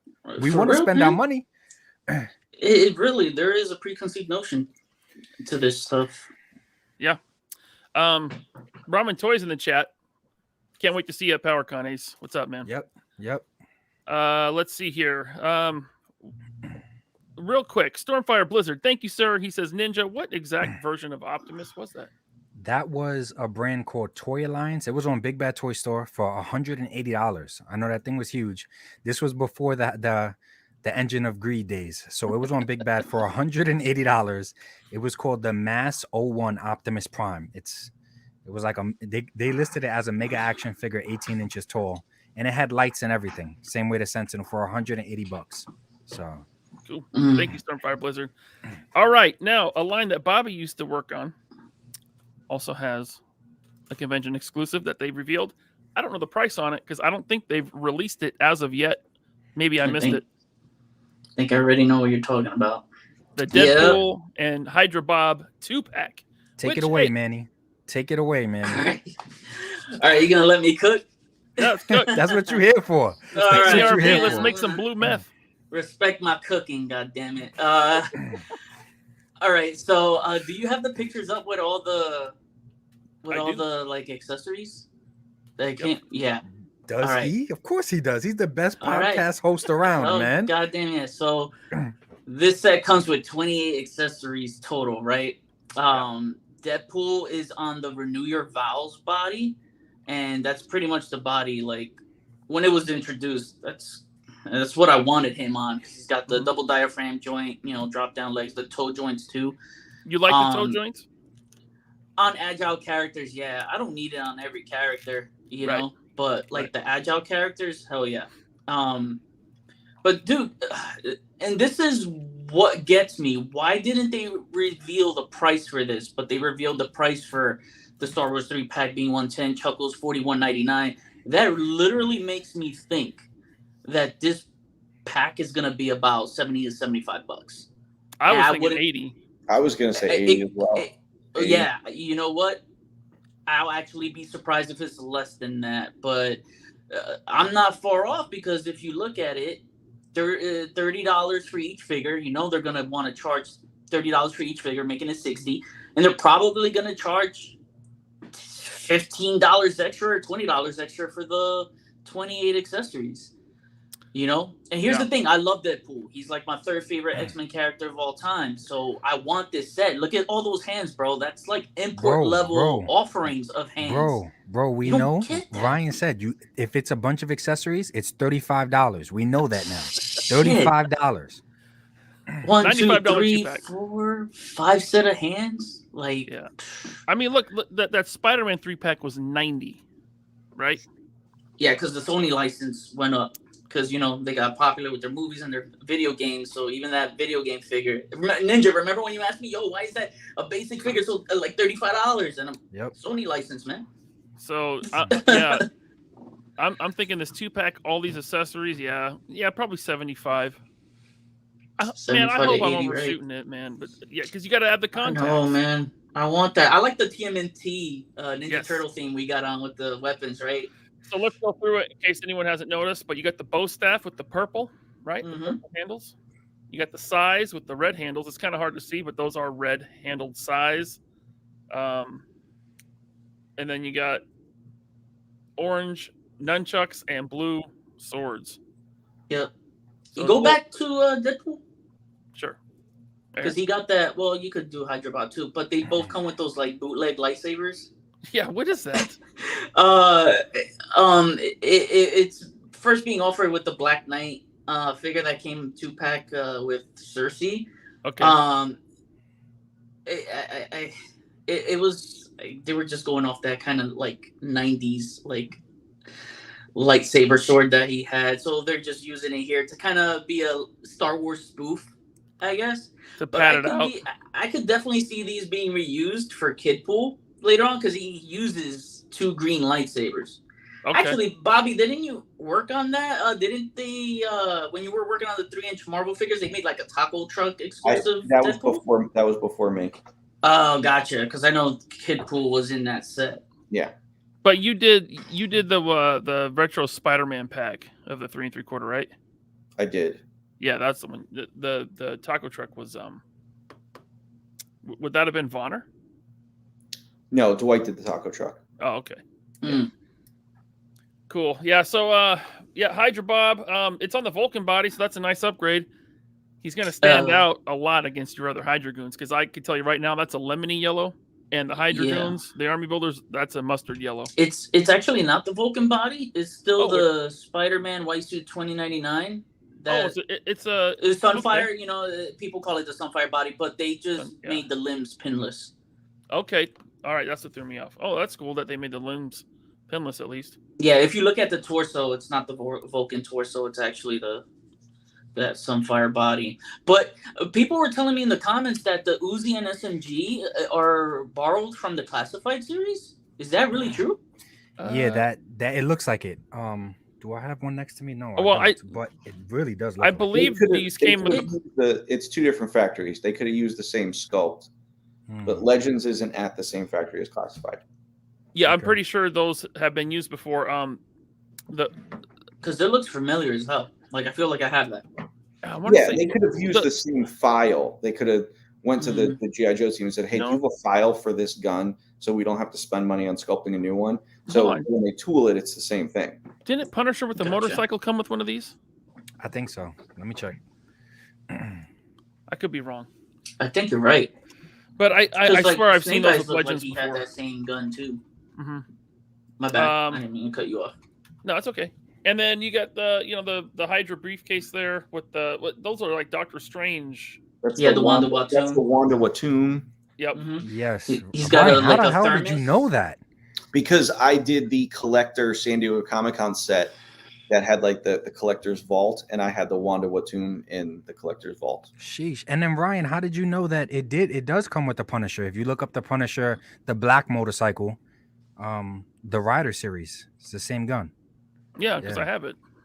That's crazy. Oh, they took the easy way out. They just molded them in the briefcase. They didn't make them like real accessories. That's bullshit. I think the Wanda Watoon might be removable. No, it's not. You can tell. You can tell because the way the paint looks, it doesn't go all the way to the edge. That's cool that you worked on that collector's vault set. This is one of my favorite vault sets, and I remember asking Dwight about a lockjaw. You're gonna find this funny. And you know what he told me?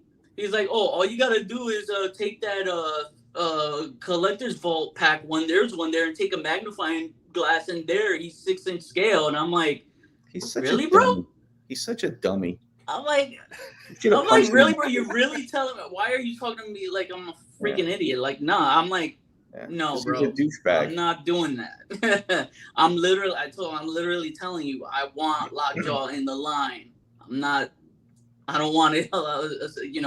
A goofy excuse. You know what I mean? Man, I passed on that Mezco Lockjaw and Black Bolt because I'm like, oh, Legends is going to do it in like the next year, right? Because that TV series is coming out. I'm like, oh, we're going to get Lockjaw any day now from Legends. Still haven't got Lockjaw. And I told him, I told Dwight in his face when I was at Toy Fair, I'm like, bro, Mezco's showing you up. Yeah. Well, like we're always inspired by other lines. Do it. Do Lockjaw. Do it. They don't like the Inhumans. Just fucking do it. They don't like the Inhumans. You saw the Karnak they're putting out. Yeah, right. He's on the Pizza Spidey body, and that's what I want so bad is just to complete that Inhumans role team. Yeah, I mean, what we got Medusa and Black Bolt 5 years ago. It's got like we got them so long ago, man. Walgreens exclusives. Well, the Medusa was. Black Bolt, I think, was in the Black Panther wave 2018. Yeah, 5 years. Jeez. Now listen. Go ahead. Hold on, before we move on to this, I do have some knowledge that was just passed on to me that you guys will probably be happy about. What's up? Because I was actually shocked at this. The price of the Deadpool Bob 2-pack was just revealed to me. Oh. And it is $49.99. Hey. All right. I'm actually surprised it's under 60. My mind is blown. Listen. What? First of all, I just want to say, Ryan Ting, thanks for watching the show and texting Bobby that number. I appreciate you. No, it wasn't Ryan. It wasn't Ryan. All right, look, how reliable is that source? You guys really think it'd be that price? Yeah, no, it's 100% that price. Okay. Like I can tell you with 100% certainty it's that price. That's hey, cool. Real quick, Scott Hughes, thank you very much. 545 watching. Please hit the like button, guys. We got 158. Man. Thank you. Go ahead. I cut someone off. No, we're good. Oh, I mean, Wanna move on? I'm still like shocked. I'm like $50. That's why is mind blowing. Compared to Chuckles, $10 more, you get an extra figure and way Right? more It's like, accessories. Are these teams not talking to each other? Like, "Hey, we're doing this for this price, but we're doing this for this price." You It's just like, did this. You just brought up the whole Black Series. Look at what you're getting for a 3-inch figure versus Chuckles now versus this. Nothing adds up across the board. Nothing. Hell no. Yo, who at Hasbro is computing this math? but I mean, Fucking I guess it does make it good that it's $50 because it's just like it's kind of like how I feel about the Star Killer pack. It's like, yeah, we all want a Star Killer, but you put in 2 figures we all have, and it's like, yeah, okay, I know Manny's excited for Deadpool being on a new body, but it's like, how many Deadpools have you put out? Mhm. And it's like, hey, in my Deadpool Rider pack, I gave you a bob head that actually You did. matched the correct colors Mhm. for the Hydras at the time. So those bases were covered. This set is kind of like, do you really need it? I mean, look, I gotta say, as a Legends collector, someone who's got a problem, I will buy this pack for Deadpool on the Renew Your Vows body. I will. I will. Same. For Same. $50, I will. Damn it, same here. The Bob is like whatever, but to have that They gave him the yellow eyes this time. Yeah. The first time was like silver eyes, but I didn't notice. Is it the same head sculpt? Did they just repaint the head, or is it a new head sculpt? You tell me, Bobby. Is that your head sculpt? That's my head sculpt, which I have to say, every time they show something I worked on, like they're reusing something I worked on, I can't help but laugh that Dwight has to sit there and use shit that I did. That is amazing. That is such a good segue, because I don't know if you saw this. Getting 6-armed Spider-Man again, baby. This time they threw in a torso joint this time. But it's that same outdated, old, amazing Spider-Man body. No painted web lines. And Morbius that sat on the pegs for years. It was Vala explaining how his hands were tied with this, because there's a lot of people that don't like that Spider-Man, the original one. But it was him explaining how his hands were tied, and there was only but so much he can do with the resources that they gave him, so limited. It was that story that made me realize, damn, I do feel bad for some of these artists, engineers, designers, whatever you want to call them, because sometimes they know ahead of time this is not going to go well. They can see it ahead of time, and they still got to do it. And you know what? I freaking hated that 6-armed Spider-Man. I hope I didn't offend you, Bobby. In my review, I pretty much dubbed that the worst Marvel Legends Spider-Man. But you know what? At the end of the day, Jesus, right? Jesus. I know. Wait a second. Hold on. You're gonna tell me it was worse than the. I'm kind of offended. I'm legitimately offended. So I'm gonna back myself up. You're gonna tell me that the big time Spider-Man, the first big time Spider-Man, was a better figure than my 6-armed Spider-Man? If you say yes, okay. I'm just leaving. I'm leaving. All right, no, well, you're right. No, damn, that big time Spider-Man. I'm just like, dude, like seriously, like I'm not trying to like give you shit, but I'm just like the worst. Yeah, I mean, no shit. No, bad Spider-Man Legends figures were done. Yeah, I'm gonna have to disagree. No, look, hey, bro, look, man. At the time, I didn't know how badly your hands were tied behind this. I had no idea. You know what I mean? And I know it was probably a tough ass figure to design, but that's just how I looked at it. And I'm still, you know what? No matter what, like even though I didn't like it as much as I wanted to, I'm a very appreciative person. So I'm just happy to have a 6-armed Spider-Man in my collection. So do I need this one? Do I need this pack? No, not really. But I'm still happy to have a 6-armed version of the character. But yeah, you're right. Now that you brought up that big time Spider-Man, I forgot about those Spider-Mans without the freaking ankle pivots. God, those were bad. Damn. Bobby, we talked about this a long time ago on Infinity Equation, I think.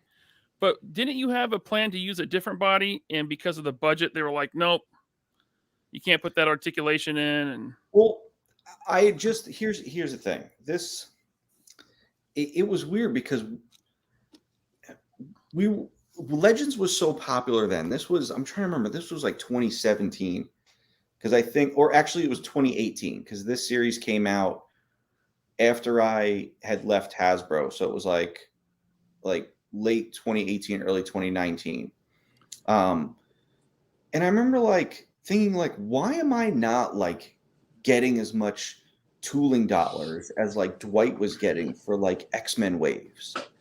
And I'm like, Spider-Man was like one of the highest selling Legends series, but it was like, because Dwight was the guy, they were allocating more for what he was doing. But it was like, when I took over Spider-Man, I felt like, again, it was almost like when I took over 4-inch. I took over 4-inch and they were like, you can't do shit. Like, no, we're going to take all your money away from you. You're going to do this. Then I get the Spider-Man Legends and they're like, okay, I got stuck in doing a wave of movie figures. Okay, fine. So then I'm fighting for the classic figures that I want to put in there. And it's like, well, I can't do Cardiac because he was on the no-fly list. And then you got Jesse suggesting bullshit characters that nobody wanted, like that stupid Carnage Goblin and that stupid black suit Spider-Man from that shitty storyline at the same time. So bad. So I had to waste 2 figures and tooling on those stupid characters that nobody gave a shit about. That Goblin wasn't even complete because he didn't have his glider. Yeah. And I'm like, here I am like, well, I want to do 6-arm Spider-Man. And it's like, well, you can't, you could do a new torso. You can't do, 2-part torso. Like, it was like the shit that they were telling me, like the engineers, the cost, the guy doing the costs and stuff. It was just like what I was allowed to do. And then they're like, I would have tooled him from scratch, but they were like, no, use the movie body. And then it's already got the lines in it. And, I remember just the reasoning for stuff being so stupid. So now it's like, now it fucks them even more because now they're doing this. And it's like, yeah, he's on that movie body. You tried to do a classic set. He's on that movie body. Like, this set couldn't look more lazy. Oh, man, you got that right. And it's like, listen, man, my 6-arm Spider-Man might have looked lazy to Manny, but did I want to like, again, I was telling like the Yondu story. I was sitting there pushing for product. I didn't give a shit. I didn't want Hasbro to make more money. I wanted the customer to get a better product. Obviously that was wrong, but now it's like, I find it funny that they're like, oh, we have these, this unlimited amount of money to throw at Legends. So let's tool up a new torso, but put it on that same stupid old movie body and then put it with a figure that's old on an old body that didn't sell, and let's celebrate this. And it doesn't even scale well with the other Legend Spider-Mans. You put that up, even next to the Pizza Spider-Man, he's still shorter than the Pizza Spider-Man. So it doesn't really scale well. Skinny. This figure's skinny. Yeah. Actually, Ryan, since we're on this, I DM'd you something from Twitter on Instagram. On your Instagram, if you check, the person that worked on the retooling for this figure, his name is Dennis Chan. Originally, this figure was supposed to have raised webbing on top of the torso cut. So you know how this Spider-Man actually has like the top webbing like dented in? Yeah, they're recessed. Yeah, they're recessed. Right, they're recessed. That's the word I was looking for. These are actually raised. Let me see here. I'm trying to bring this up real quick. And they cut the raised webbing because his hands were tied. So so this is the it wasn't approved. Gotcha. Wow. There it is. And you can see the response on the bottom in the comments. Why on this digital? I'm sorry. This is the quality picture you sent. I don't know if we can read it on the screen here, but why on the digital model web pattern is raised and on actual toy is indented on figure. Huh. Wow. Yeah, and his response was, things often change after I send in my final approved sculpt. Usually, I don't know how the production version will look until the official photos come out. I don't know emoji. Gotcha. So you could see there was like raised webbing. So we were supposed to get a little bit more. I mean, it wasn't going to change much, but it's just interesting to see that even by adding just a little bit, they would still want to cut back from it. Yeah. Man, we are an hour and 45 in and got a ton of super chats. So I'm going to cut to some super chats for a minute. And then there's a few more companies. Look, that Spider-Man 2-pack is not an exclusive, but we got Bobby here and I wanted to bring it up because it was revealed and I'm glad I did because that was funny. It's so lazy. Hey, you know what? Talker loves that Spider-Man figure. He praises it and the doppelganger that they use that body for. Man, that's a hard person to make happy, man. When it comes It to is. figures, you gotta try, man. He also to doesn't get his care approval. Yep. He also doesn't care about articulation. Right. Yeah. Let's see. I wish here. they painted the webbing. That would have been nice. Michael Prue, thank you, sir. Looks like Condor beat Chuckles with his own brass knuckles. Indeed. Thank you, Michael. GeForce Racing 20. We collect toys. Can we just have fun? We're having fun. We do. Yeah, we fun. do. Yeah. I love how people think like we're not having fun. We're not like we're these angry men. Like, no, man, this is so much fun. You know how much I look forward to every other Saturday? Do you know how much I look forward to going to my office and designing toys? Do you know how much I look forward to like buying toys? Like, come on, man. A lot of these people, they have never, if you ever gone to like a car meet, old school Fast and the Furious setup car meet, those guys are spending over $100K minimum on their car, and all they do is stand around and talk shit about the companies and the products and the parts that are being released for vehicles. So it's the same exact thing. I think GeForce Racing was referencing someone else. We got to hang out with him at Joe Fest. Oh yeah, no, I'm just talking about the mindset, not him specifically. Okay. Not his comment, but the mindset of, hey, if you guys complain or talk about these things that you're buying, you're not having fun. Right. It doesn't make any sense. Yeah. Robert D, and I am skipping around, guys, so don't worry. I haven't missed any super chats. I'm going to get to them all. Robert Diaz, thank you, sir, for the super chat. I've watched several interviews with Hasbro people. At this point, once you have seen one interview, you have seen them all. It's the same 10 softballs. I couldn't agree more. That's why I've never. We need to get Manny in there asking his questions. That's what we need. That yeah, would be if they different, approve it. That would I be used different. to ask the Hasbro Marvel Legends team anything I wanted to, and this came out of nowhere. This was like, what, 2021 it started, that I got to submit my questions for approval. Yeah. I wouldn't be That's crazy. surprised if they start putting loaded answers on teleprompters. So it's like Manny's asking the question and then Dwight's reading the teleprompter over here. Yeah. Let's see here. Dude, I got to get to this one. Swift. Dude, again, thank you, man. Dude. God, bro. Thank you, Swift. Appreciate you so much, man. You know, you can just personally PayPal me $50. Right. You will love me so much on the show. You could have bought some more Action Force figures. He Don't bought do a that. lot. He bought a lot. I'm not even going to hate. He had bags. He did. Oh, yeah. Swift, did. thanks, man. He says, I get more satisfaction buying two $50 super chats than I would knowing I'm getting ripped off for $42 for an overpriced figure by a $30 billion corporation. Preach. I will spend the money, but you can't let me know you're screwing me for the sake of me being a sucker. Jeez, man. All Yeah, facts. man. All Like- facts.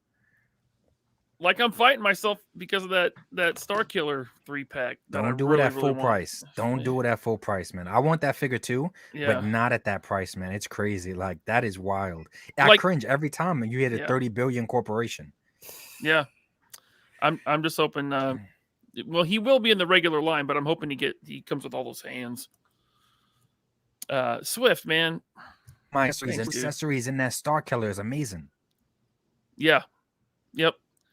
Swift, I hope you're coming to PowerCon. I don't think he is when I spoke to him last time. I definitely owe him a drink next time we meet up with him. So, Let's see here. Got a lot of Action Force questions we will get to. Let's see. Here we go. Gavin's Travels. Stop spending my money, kid. That's my kid, Manny, if you didn't know. He says, I can't believe you didn't notice my... I noticed it. You did? That's cool. Did he get on camera behind me and dance? I started pointing at the screen. Oh, man. Oh, I totally missed it. Well, he was bringing me a refill, right? So I trained him. Thank you, Gavin. Okay. I mean, thank you myself, because that comes out of my account. How you trained him? Jeez. Tony Robles, thank you, sir. So you're saying that classified figures have small balls? Also a question about the Urban reissue. Will he also come with the African American head, or is that replaced with the gas mask?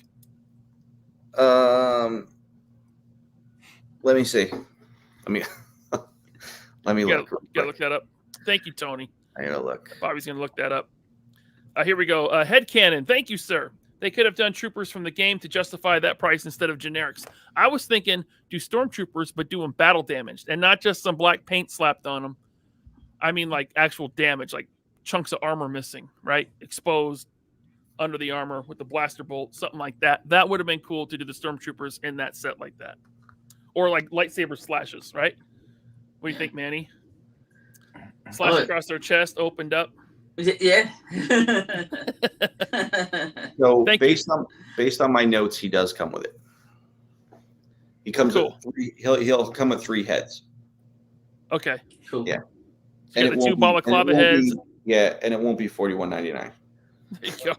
Are we gonna, Bobby? Are we gonna get any more bloody variants? I love the blood. I don't have any plans at this. Well, I shouldn't say that. In Series 3.1, the Pandora upgrade set has a 1 in 3 bloody variant, but that's the last bloody one I have plans for at this moment. Bloody desert rat. Thank you, Tony Robles, and thank you, Headcanon, for the super chats. Robert's Infinite Realms, thank you, sir. He says, I have that Yondu, the one that you designed, Bobby, and appreciate the explanation. Yeah. Awesome. Kind of sucks, man. Yeah. Kind of sucks.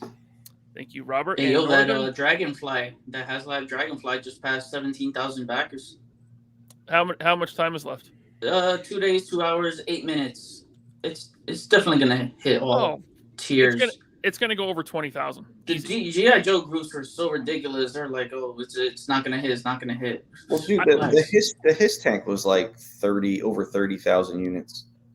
Yeah, that's the Galactus tank is way more popular than Dragonfly. I mean, and it had better offering as a tiers because it was an army builder. Like this can be an army builder. They just didn't add like army building characters to it. Right. Northern Nomad, thank you, sir. He says, dang, we is all having some emotional damage. As always, Nomad, thank you so much for that super chat. All right, let's see here. Oh, we got a Star Wars comment here. Headcanon again, thank you. I can run Lucasfilm into the ground twice as fast for half as much as they are paying Kathleen Kennedy to do it. Yeah, just make more Ewok movies. Thank you, Headcanon. And don't, like I said, guys, don't worry. I'm getting to all the super chats. I'm just kind of taking them out of order to have things run a little more smoothly. So all the Action Force questions that I got, I see them. We're going to get to them at the end. Right now, let's get into exclusives from Mattel, San Diego Comic-Con. Getting a Steven Spielberg in 3 3/4 with the Dilophosaurus. I mean, I'm not the biggest Jurassic Park collector. I like the 6-inch stuff. I like some of the dinos. Easy pass for me. I would actually get this just to swap heads and have like a teenager body in a 6-inch scale, right? Or like a kid body, right? You can throw a little Billy Batson in a display somewhere. I was really liking their 6-inch line, man. Why did they stop? Because it didn't sell. Yeah, I don't think it was feasible, man, at that point. Speaking, like I love the 6-inch line so much, man. But I just don't think realistically they could have scaled up certain dinosaurs without doing crowdfunding. So yeah, you could do so much more with the 3 3/4 line, than you could. So it went from the Amber to the 3 1/4 line, which is now Hammond. I guess this is part of the Hammond collection. This would be Hammond, yeah. Okay, yes, and that sucks, man. Because Ninja, I didn't even know they were doing a crowdfunder, a Jurassic Park crowdfunder, until I ran into your video, and I was like, "Wait, what?" Don't make me Mhm. sad, bro. I love dinosaurs. Don't make me sad. Me too. I was just so surprised, man. I'm like, Mattel really trying to beat Hasbro with trying to offer the shittiest thing possible Yep. for the highest Yeah. price. That's what we said. We're like, hey Hasbro, hold my beer. Mattel, the worst crowdfunder of all time. Oh my god. So yeah, Steven Spielberg. I know that our friend Tony and Michael have some thoughts about this set. Bobby, I think you shared kind of what they were thinking. Did I talk about that? Well, we did in the group. Oh, in our chat. Yeah. It's just like we need the movie producers now. Like I and get that's they've like- done. Go ahead. Yeah, my thing is like when you start doing shit like this, especially listen, I said it before with Chuckles, Comic-Con's supposed to be special. This might be the worst year of Comic-Con exclusives in a very, very long time. Yeah, I didn't think about it like that. Yeah.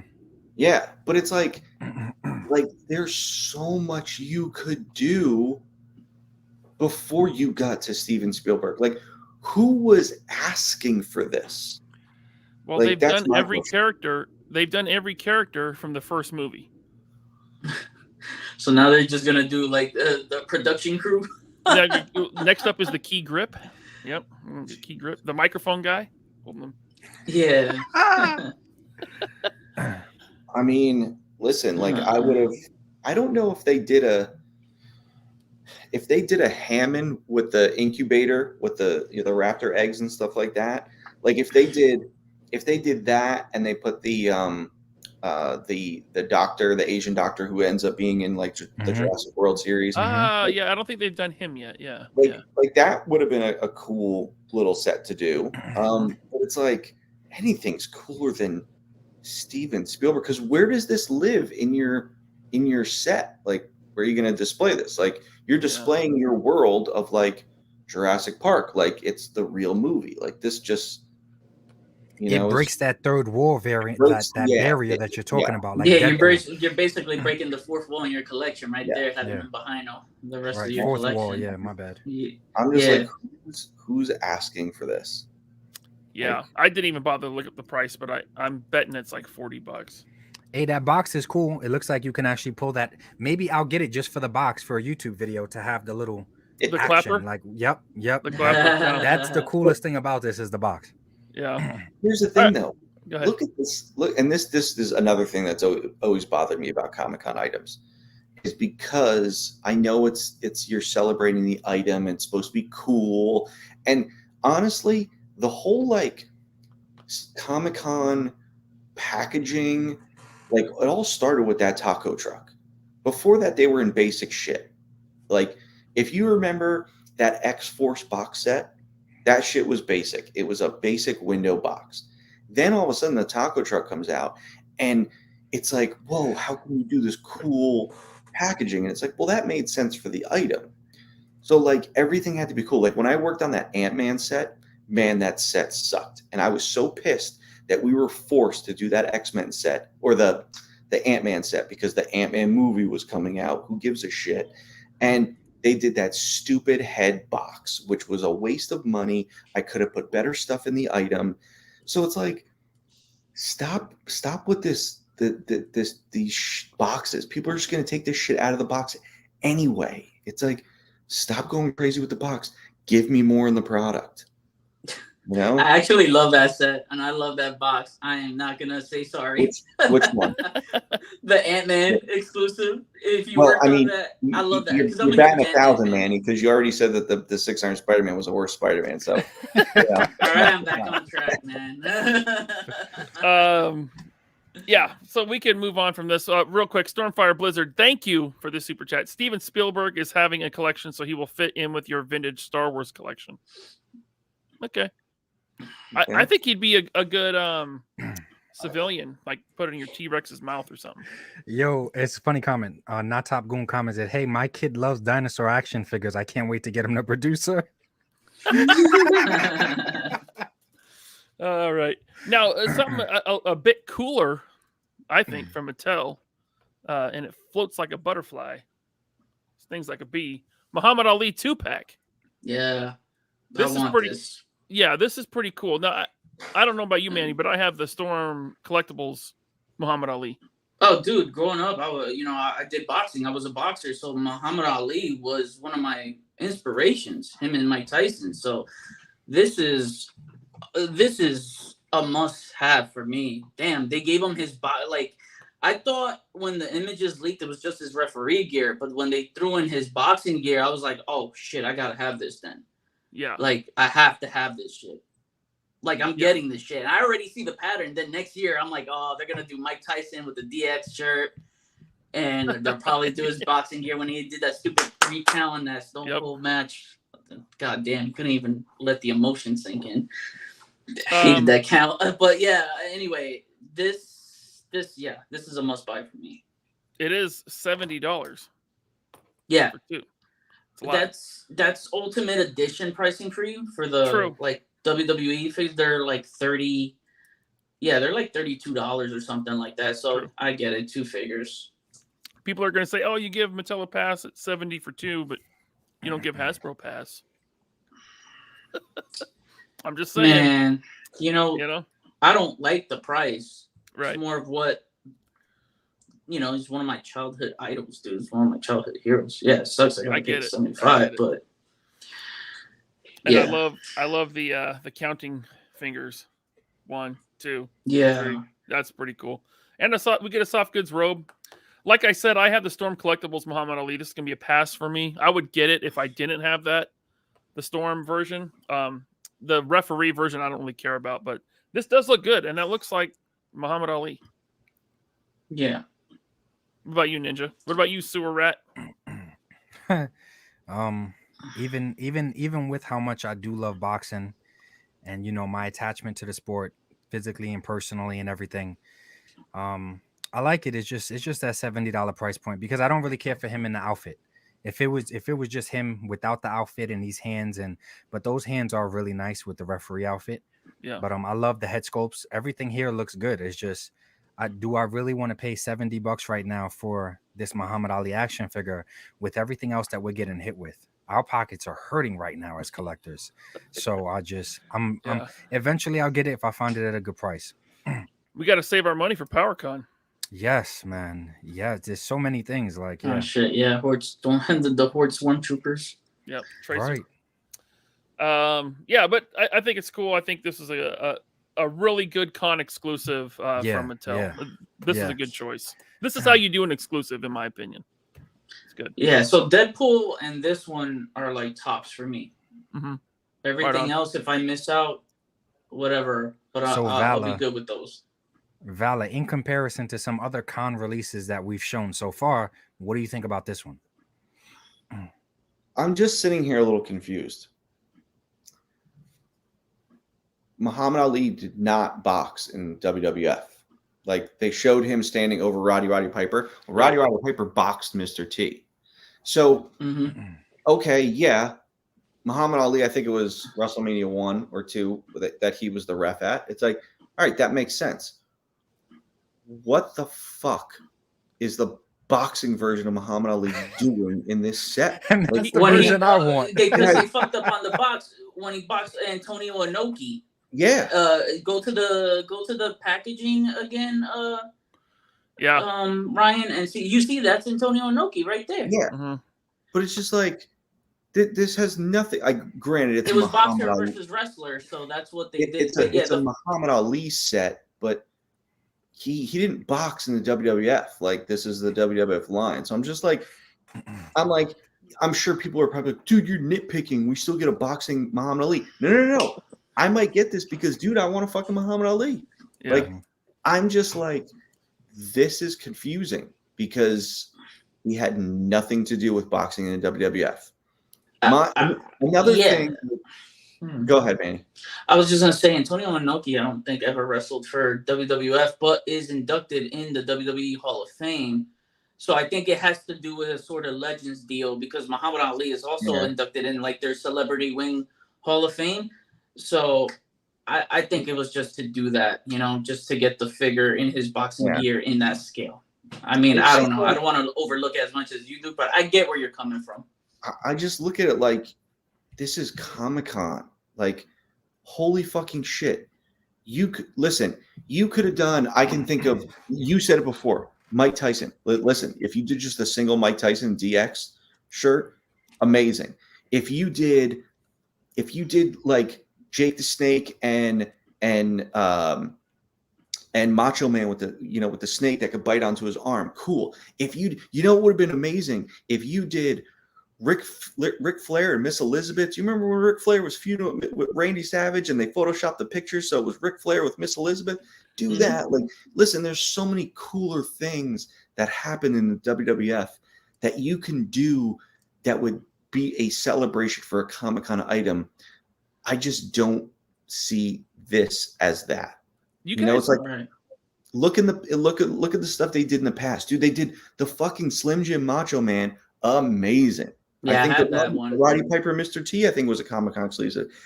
Those are amazing sets. It's like this. Me as a huge WWF fan, this doesn't do it. Like this, it doesn't do it. You're missing the mark. Fair. Robert's Infinite Realms, thank you for the super chat. Allie needs to beat up my Superman figure. Just saying. That's not a bad idea. Didn't they make one? They made a set of that Superman and Muhammad Ali. NECA did, yeah. Did, yeah. Yep. I think it was NECA. I think you're right. Yeah, I think it was NECA. All right. So we'll move on from this. Look, I got stuff for Mondo and McFarlane. I don't think we're going to get to it all. I got the Dragon Ball Z stuff. We're not going to get to it. We're already 2 hours into the show. But I got to hit this one because Jada is one of my favorite new action figure companies. Yes. And their San Diego Comic-Con exclusive is Evil Ryu. And again, this is a perfect con exclusive. It's a simple repaint. Also a unique character that you can select from the main character select screen. So that's cool. But I don't think it's the end of the world if you're not able to get it. But hopefully Jada makes it available for everyone that doesn't get to the con. But this is awesome. I love this. And I am going to try to track it down. So me too, dude. I feel like Jada Toys or Jada Toys, however they're pronounced, they perfected ball joints on their first try. Yeah, like for domestic figures, they freaking perfected that shit on their first try. That is awesome. I mean, look, you move can tell so smoothly. Yeah, you can tell when an action figure line is designed by someone who loves action figures. Oh yeah, and I think I don't know if June is the designer, but whoever's doing them, you can tell that they are action figure fans. I think he's their marketing manager. Is he the marketing? Okay, I think. Don't quote me on that. How do you feel about this exclusive, Manny? I don't want to speak on it. It's just show. I love it. I gotta connect going to the show. He's gonna pick it up for me because nice. I mean, I gotta have it, and I like the accessories. I'm a sucker for like accessories like that, like the breakaway stuff. Yeah, right. Maybe one of these days we'll get the car for Street Fighter from Jada. Yeah. Add battle damage or have because like the one I use now is the Marvel Selects base that came with that Spider-Man. The green one. Damage. The green one. Yeah. There's also the car from the WWE line you can smash up. Yeah, I have that one too. How about you, Bobby? Something you're gonna try to pick up from Jada? I definitely want it because I love this line. I mean, I'm not crazy about it because when I played Street Fighter, I never liked the alternate outfits and things like that. And then also like this was after because like Evil Ryu came in after. Like I'm pretty sure you can use this color gi in like Street Fighter 2 Turbo, but Evil Ryu became a character like later on, and that was way after I was out of it. I mean, I definitely want it. It would be cool if they gave like I guess are they giving you that sign in the back? But okay, so it's like I would like it's Comic-Con again. I keep harping on Comic-Con. Things should be special. A repaint, I'm a little upset about. Like, you could have done. Granted, I know they're in the beginning stages of the line. But I'm just like, Comic-Con should be a little more special. But I still think it's awesome. I'm still going to try to get it. See, I'm okay with repaints for con exclusives because they are generally harder to get. So it's like I wouldn't want them to lock a new character that they won't release in the main line. I don't know. Yeah. Let's say like a Vega, for instance. That's one I want. But like I said, an awesome con exclusive would be that bashed up car, right? Because that might sit on the pegs and peg warm because it's going to be a higher price, right? Mhm. That would actually make for a good con exclusive, and then you could do like a slightly alternate, Ryu. I see people arguing in the chat, Ryu. That would be cool. Maybe, I don't know. Maybe one of these days we'll get that. But yeah, so that's all the con exclusives we're going to go through because we got a lot of super chats and we're pretty much out of time. I was going to go through Mondo. Oh, yeah, there's that sign broken up right there. I was going to go through Mondo. They got a lot of cool stuff coming at San Diego Comic-Con. What scale is that? This is 1/6. Okay. Yeah, Hot you could toy speed scale. run through some of this stuff because I think that guy is huge, man. He's yeah, huge. dude. 34-inch wingspan for man. Yeah. It's nuts. Yeah, Mondo, now owned by Funko. They're doing cool stuff though in their 1/6 line. Not for me personally. I don't collect stuff that large. And then they're doing Prince Adam with a ton of accessories. The laughing face meme. Apparently, Prince Adam uses a flamethrower on his wrist. Okay. He has a lizard head, a pink fox head. I don't know, but I don't He-Man at all. They went crazy. I think the flamethrower was like a part of one of the older episodes. Yeah. If I remember correctly. And then there's some ridiculous stuff from Toddy Mac. Shout out to Toddy Mac. I love him, but this stuff is... It's just self-shading. I mean, that's fine for con exclusives because it's just like, again, when it's something like just a repaint, cool. I don't want it to be like new characters I can't get in their main line. This is stupid. I'm sorry. Maybe that's for someone.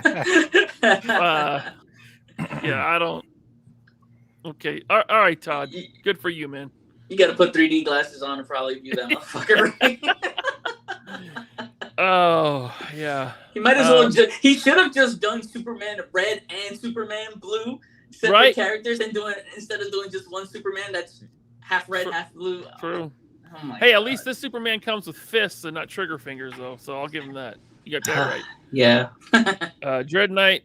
And then the Dragon Ball stuff, which I'm not going to get into that because I know nothing about Dragon Ball. I know that's like a Ninja and Manny thing right there. I don't Dragon Ball at all. Yeah. Go ahead. I mean, I'm not that knowledgeable about Dragon Ball. Just whatever my friends talk about is like what I know. I just know a little bit, like the games and stuff like that, but that's it. All right. 24 super chats. 25 now. Weak ass Comic-Con exclusives. So far, I think we're going to get more reveals before next weekend. I hope so. See. Did you see the other class? I forgot to mention this. This is actually a classified Pulse exclusive. I don't know if you saw this one, Bobby, but they sent me a sample to show on the 3POA podcast. Oh, okay, cool. Yeah, it's this one right here. Oh, nice. It's a special, super special bazooka. They call it the Super GQ handsome version of bazooka. Oh, okay. So, okay. Bazooka pants. It's weird they included a Valaverse weapon with them though, but they gotta. It's a con exclusive. They got to go with the best. It is. And also, I just wanted to shout out Kurt Daniels, who put up an offer for commission work on painting in the Valaverse buy-sell trade group. Look at this custom paint job he did for me. Sheesh, man. Whoa. Oh, nice. Wow. Very nice, right? Very That nice. looks nice. I might have to reach out to him. Yes, definitely. He put up a picture. He custom painted a condor head sculpt. And it looks really nice. Yeah. So he's not like casting that condor head. I actually sent him this head and he painted it. And then anyway, he's a really good painter. It looks like it, yeah. All right. So here we go. Not Top Goon. Thank you, sir, for that super chat. What are your guys' thoughts on the recent classified figures? Honestly, liking that mole rat figure, even though it's not the most realistic looking hazmat suit. Oh yeah, we didn't go over that. Those are the Walmart Collector Con exclusives. Yeah, I didn't include that because I just wanted to do San Diego. Maybe We can go more into depth on that stuff on another show, but if you just want to, I mean, we went over the 6-arm Spider-Man. That was like a collector con too for the Walmart. Might as well pull the images up, bro. Good point, Manny. Good point, Manny. But Ed, it's just show, bro. How do you feel, Manny, about those classified figures? It was what the Mole-Rat, Jody. For anybody that didn't watch your video, I watched your video. I know how you feel about them, but how do you feel? Some people don't know me. Like, I'm so deep in the G.I. Joe lore that they're gonna look at, like, you know, Jody Craig, Shooter, like, they're just gonna look at her as like, she was in one panel. But like, to me, I love anything that's like G.I. Joe lore. She's the first Black female G.I. Joe ever. And I think later on they started giving her a lore in the later comics. But dude, I really like that figure. I just don't like those shoulder joints. I don't know what the hell, like, the deltoid muscles are just like expanding outwards. It's out of proportion. Bro, you brought it up in your video, and that was a really good point to make. But they've been weird, bro. It's the same thing on Lady J. Like, it looks like she's wearing like miniature shoulder pads. Right. The only way you could hold them, the only way you could hide them is if you're posing them in a certain, pose. But, other than that, the rest of the proportions are good. I like them. I think their hair piece was sitting too high. I don't think it was, some of the pictures, down all the way. Yeah, I don't know whoever's taking their product shots. It's just, I don't know. Something's off. They're not looking at it. Yeah, the white product shots, the toy photography shots look amazing. The guy that's doing that is doing good. But whenever it comes to like the white backdrops, it's like weird. Like, dude, when I was there, that was one of my biggest gripes. Was that they would, and it's like I was busy, so it's like I couldn't be there to like help them pose or do shots with them. But it's like I would get, you'd get a download of all the shots after they did their shoots, and I'm like, I'd email them like, you guys got to reshoot this. Like something would be backwards on him, and I'm just like, you guys work for a fucking toy company. Like, can you just have some like care for like what you're doing and understand what the product is? And man, it's I mean, it's not surprising it's still the same now, but that's that. That must suck for you to have to work on a figure. You try to bust your ass on a figure, reach for within the budget guidelines and everything, and then you see some product shots and you're like, yo, this is trash. Just made it worse. Dude, I said it in a video before, they're promoting their own QC. Like, you see some of them with like paint splotches on their chin, like that Spider-Man Beyond figure. Torpedo had like something warped, I forgot where. His knee. I was just like, what the hell? They have separate teams, because I know when I did product shots for Hasbro, remember the Logan movie figure that came packed in with Professor X? I did the product shots for Hasbro on the like action figure photography side of things, but not the actual like press images. You know how they have that separate? But I made sure, like, my stuff, I took the product shots for that and their little post stands they were selling at the time. I made sure my stuff was like on point, and it was. But yeah, they got to line up, man. I know that they send me those figures to take the pictures of. So whatever figures they took the pictures of, I don't know if they had QC issues or anything like that. At least I don't remember. Jimmy Lewis says she is a kit bash of Movie Scarlet and Lady J with Fortnite feet. Yeah, the sneakers were a weird choice to me, but I think the figure overall looks okay, but definitely something weird with the shoulders there. The Crimson Alley Viper, I like this more than the orange one. I skipped on the orange one because I wasn't into the colors, but I think this one looks better really cool. than orange. Yeah, they're definitely making you want to build on that Crimson Strike team, because it's all leading up to that Crimson Strike team post-con 3-pack with Baroness and the Crimson Twins. And I hope that Baroness is updated with double jointed pinless elbows, man. Yeah. Hope Bobby, any thoughts on this stuff for not Top Gun? I mean, it's cool. I mean, that was from my favorite era of G.I. Joe, that Pursuit of Cobra era. So it was amazing. It's an easy get. I mean, I think it would have been cooler if you did the black and yellow Tiger Stripe one from '92. That was my favorite version of Alley Viper. But you know, that was dope. this is the low hanging fruit stuff. So it's awesome. I like it. And then the mole rat. He's got energon damage. Like the dark energon turns him into zombies. Yeah. Supposedly, I think the story lore. Yeah, they're like they're like miners. They're like digging out dark energon and stuff. I guess that's how they got mutated. I can't remember. Hey, good zombie posing here. Good photography here from whoever's doing it. Yeah, when it comes to these shots with the dioramas and stuff, it's usually amazing. I have like great work. It's just the white backdrop photos, like Manny was saying, actual product photography on just a white backdrop. The hair pieces be off, shit be backwards, like Valis said. I don't get it. It's wild. Any thoughts on this guy, Bobby? Mole rat? I mean, it's cool. Like, he's cool looking. I'm just like, there's so many other characters I wish they would get to. Like, again, like, who's asking for this guy? Like, they got to drag it out, man. You know that. You They're know? dragging it out. Yeah. Do you think they could be building towards some sort of media, a cartoon, a miniseries, something? Again, Dark Maybe. Energy. Yeah, it's gonna be a Transformers G.I. Joe crossover. Yeah. Probably IDW comic if they still have it. I don't know if they I do. think this could be like their way of testing the water of like introducing new characters that aren't established. So I get it. You know, it's just like, you know, pick your lane. It's like you didn't know what they were following that stupid app game when the line first came out. Then they're like, all right, well, let's go to nostalgia. They went to nostalgia. Now it's like, well, where are you going now? You know, I'm just I would like things to be a little more streamlined. Yeah. All right, moving on. Thank you, not Top Goon, for that question. Jay Solo Arts, thank you for the super chat. Bobby, have you ever considered a water slide decal sheet of Action Force icons, flags, etc. for customizers? Maybe purchased for download. Love the show. I know someone had asked this before. Oh, excuse me.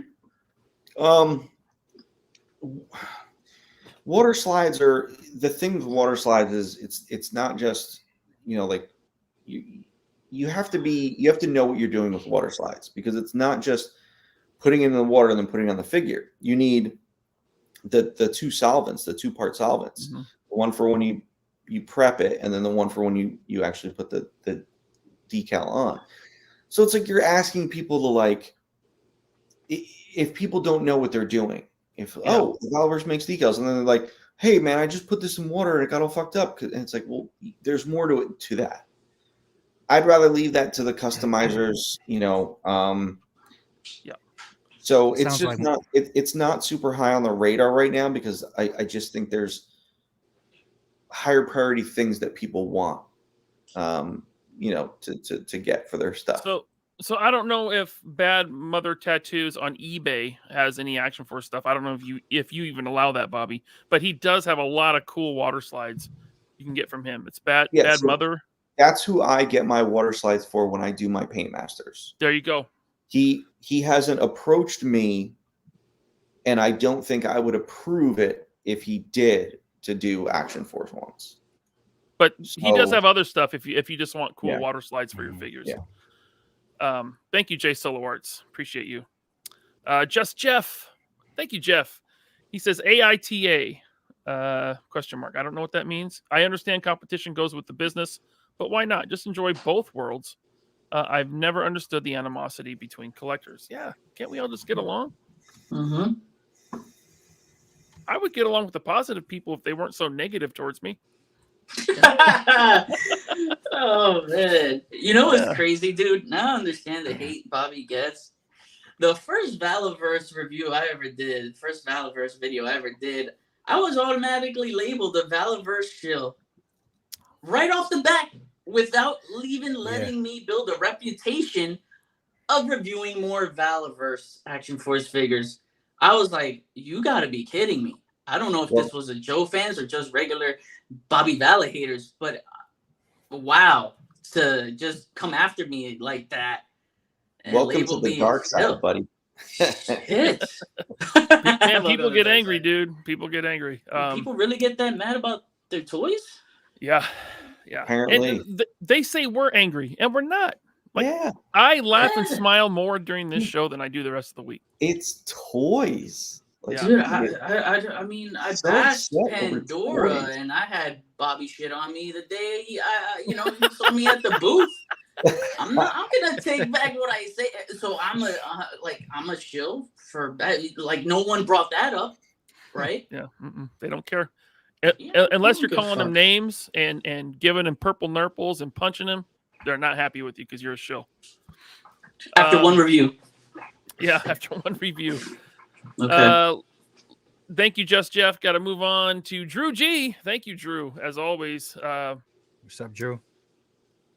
Oh, thank you, Ninja. AITA stands for Am I the Asshole? In my case, yes, but also they are too. Drew G, thank you, sir. Bobby and Ryan, off topic, but could you get Aaron Shanky on to talk Legends of the White Dragon movie and figures? Wish we could get JDF back also. Me too.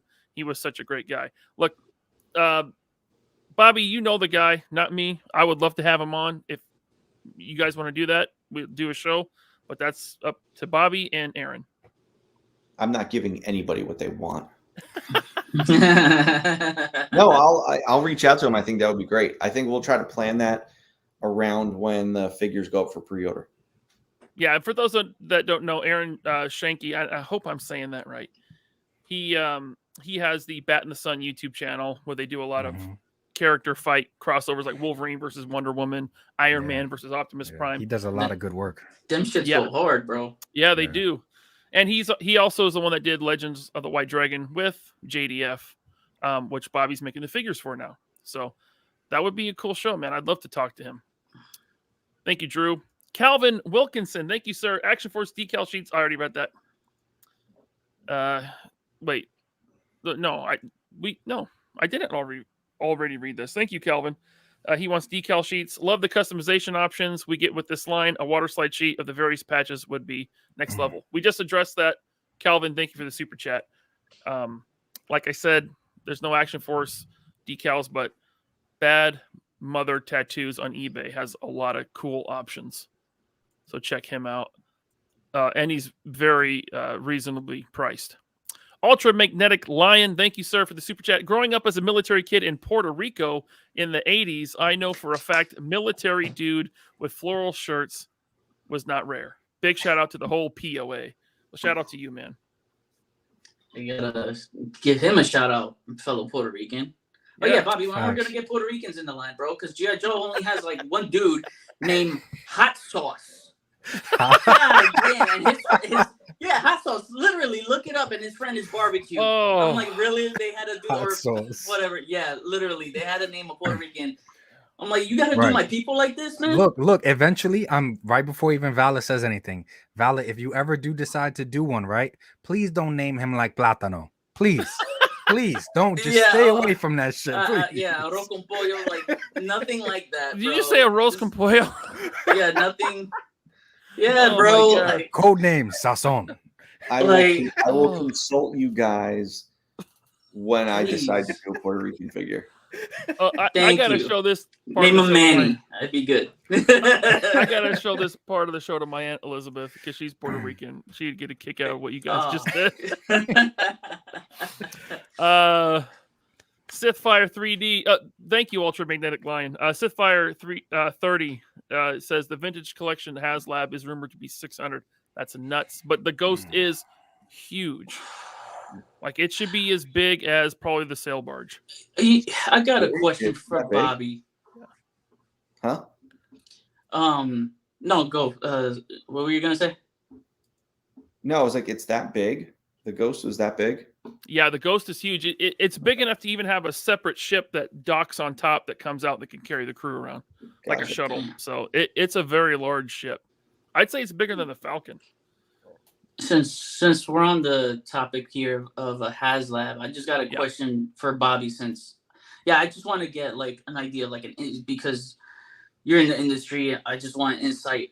What is the major difference between doing an open pre-order and a crowdfunder? Because I look at the Engine of Vengeance, right?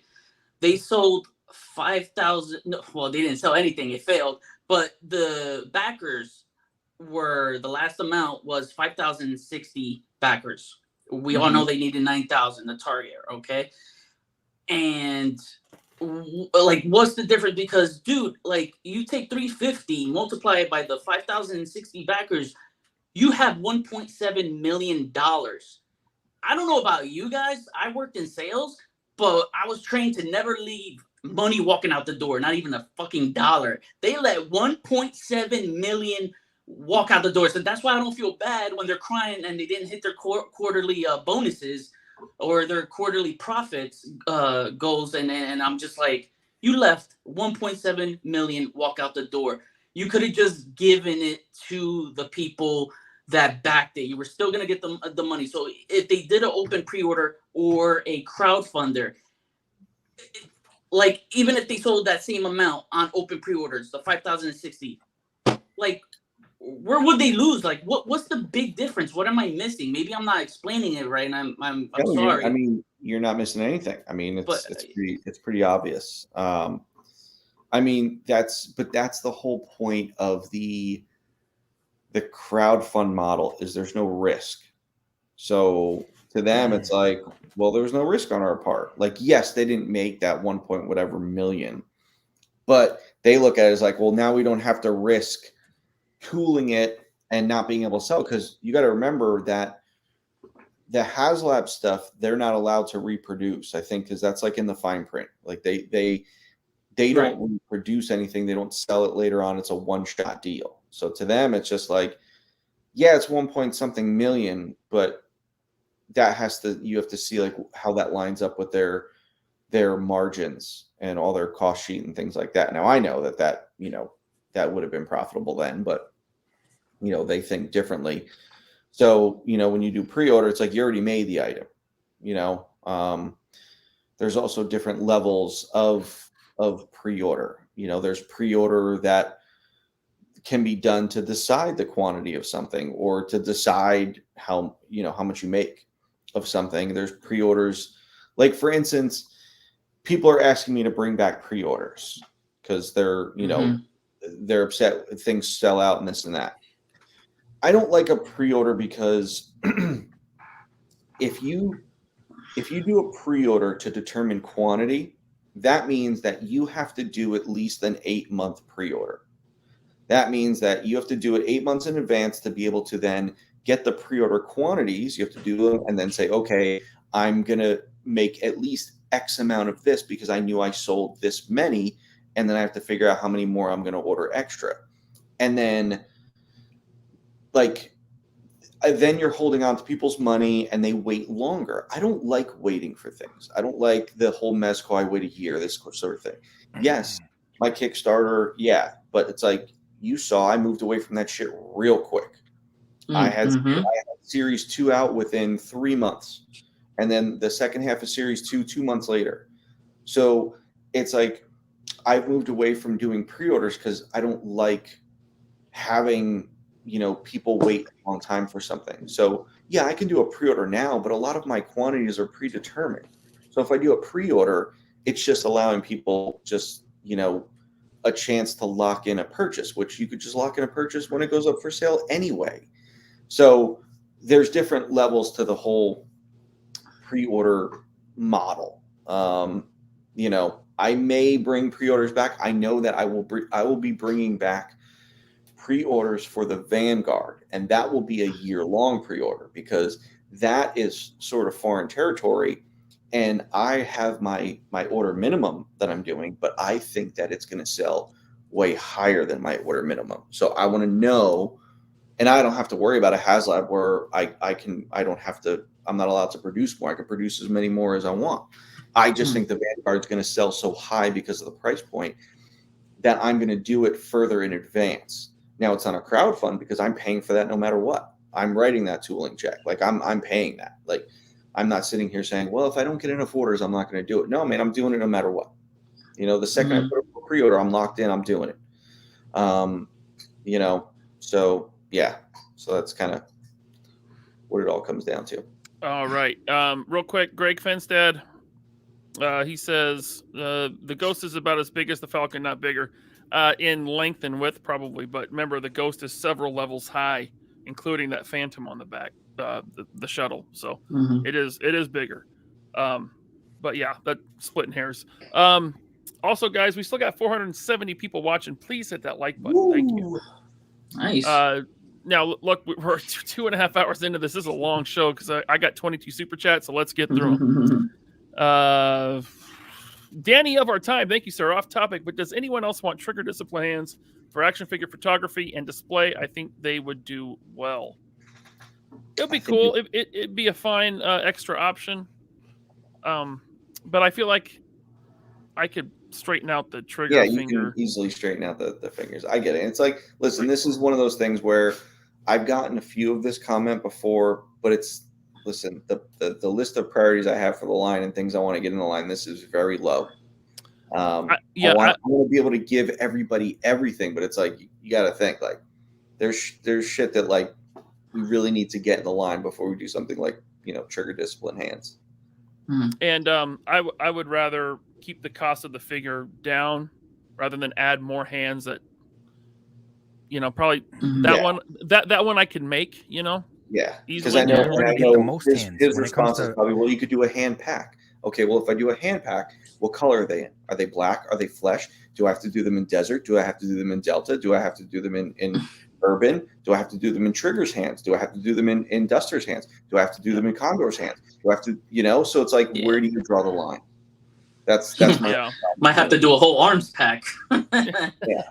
And I don't know if your figures are like swappable, easy, like swappable at the arms like that. I don't think so. No, they don't pop out Yeah. up the butterflies. No.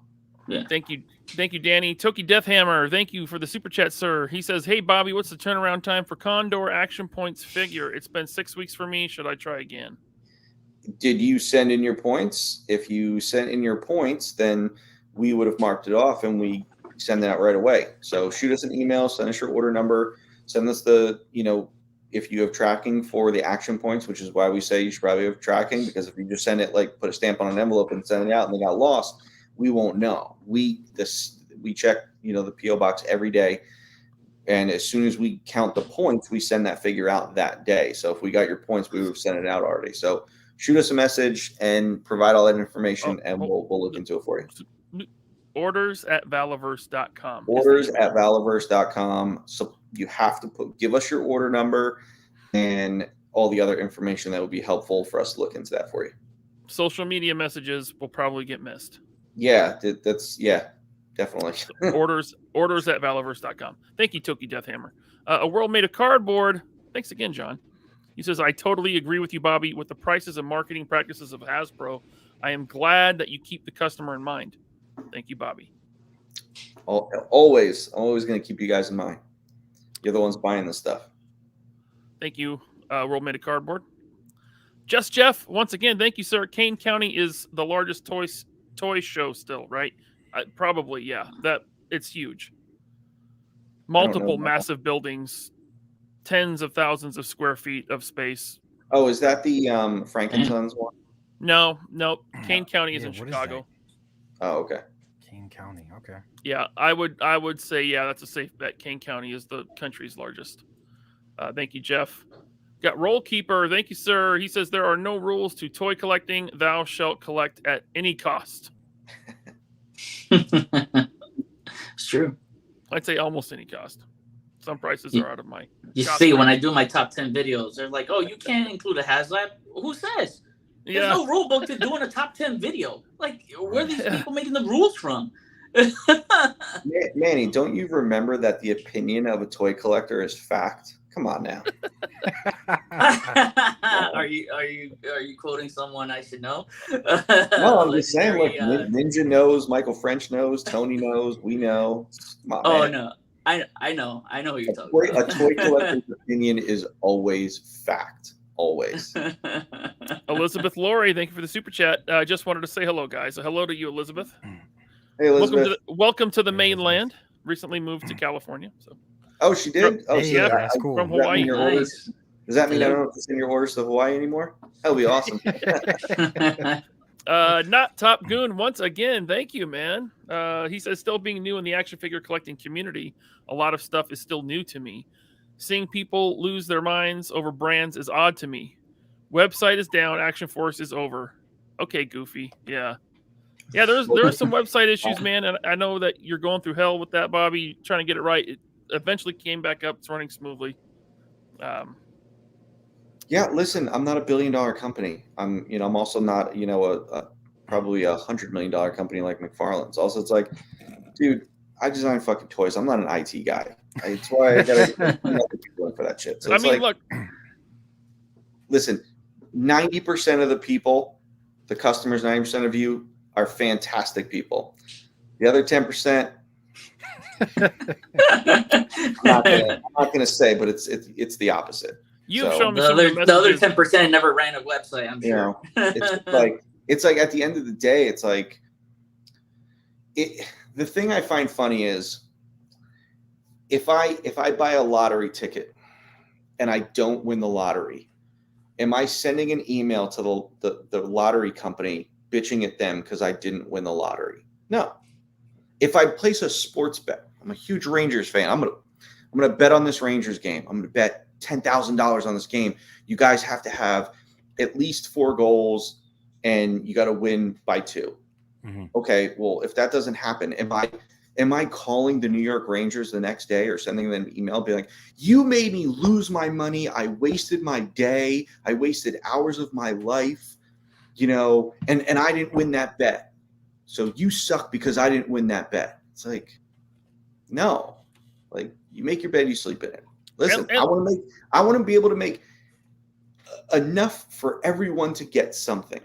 Show me a company that makes enough for every single person to get something. And it's like, I know people are bitching. I know some people didn't get Warpath Eclipse, and I'm sorry for the people that missed out on Warpath Eclipse. If we were the same as every other company, I wouldn't have ordered another run of her.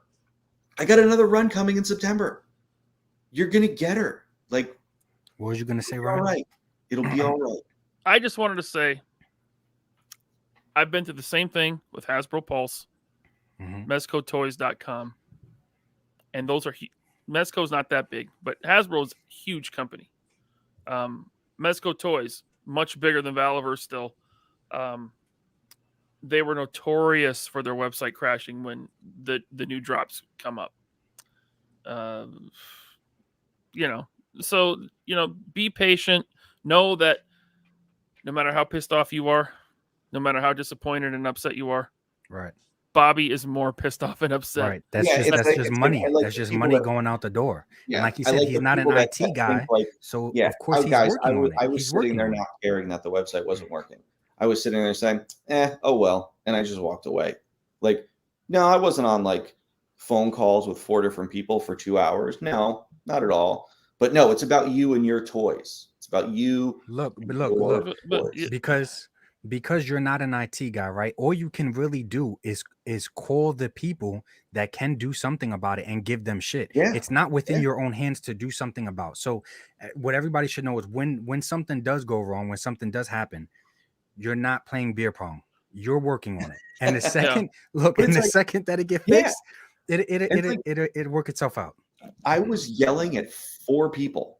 I had 4 people on the same phone call, and I was screaming at them. Oh, you were supposed to be poolside with your feet up, man. I can't believe you were on the phone yelling at people. I know, right? I was like, you know what, guys, you handle this. I'm going out. I'm gonna go to the bar. I'm gonna go grab beer. Like, no, I was screaming at people for 2 hours about this issue. It's appreciated, all the people, because I get comments and messages too whenever the site crashes. It's appreciated, everybody that's so passionate about buying these products. Like, it's so appreciated. But like he said, the 90% of you guys are great, but then you always have that other 10% that they get so angry and they get so upset that they blur the lines. They take shit to a whole nother level. Guys, just it's gonna get fixed. Not to mention Valor tries to get in front of these issues where other companies just do straight radio silence. They say nothing. They do nothing. Ryan brought up a company that you can have a pre-order set for 3-4 years and they will say nothing about it. Yeah. This is the thing, man. Sometimes, toy production is a thankless job because it doesn't matter what you do. It's never good enough. You know, it's always, well, you didn't do this right. It's like, okay, yeah, listen, I want to improve every day. But like maybe stop and think about the bigger picture and how it's bigger than you maybe necessarily not being able to buy an action figure. Maybe it's someone being on a call for 2 hours yelling at people on why something isn't working and trying to get it fixed, you know? Yeah, well, a lot of people just take things at face value. I'm sorry, Brian, what was you going to say? No, go ahead.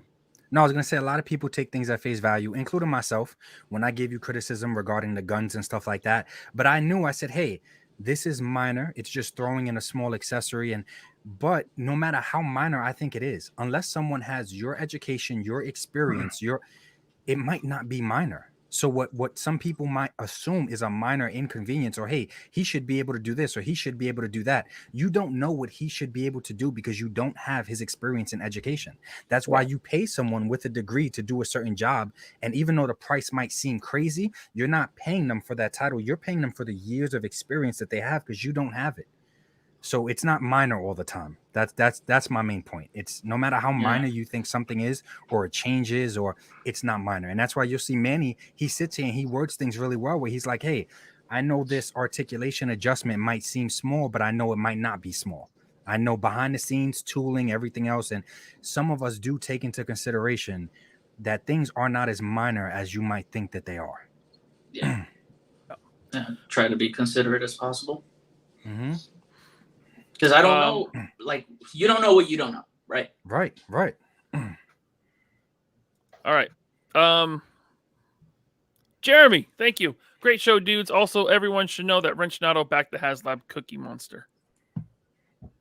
Okay. I believe you. He is a passionate collector. I sorry, Wrenchnato, that it didn't fund. Marcus so now we know who the one guy is. Right. Marcus Dana, thank you. Excited for Talker Art's 2023 Marvel Legends booth appearance. Hopefully he live streams it. Look, I know. Talker and Dan Yoon, they get along. Yeah. You know, cool. they talk and when Talker was injured, Dan Yoon reached out to him and said, "Hey man, hope that, you recover okay," and this and that. And I think the accident maybe toned Talker down a little bit. It did for sure. I might have to find out when he's, the day before he's doing his walkthrough. I might have to call him up and get him a little fired up, like really just like needle him a little bit, be like, "Gee, say something," Tell Dwight. I might make Talker a shirt that says top, middle, and bottom, and I should dude, get it to him.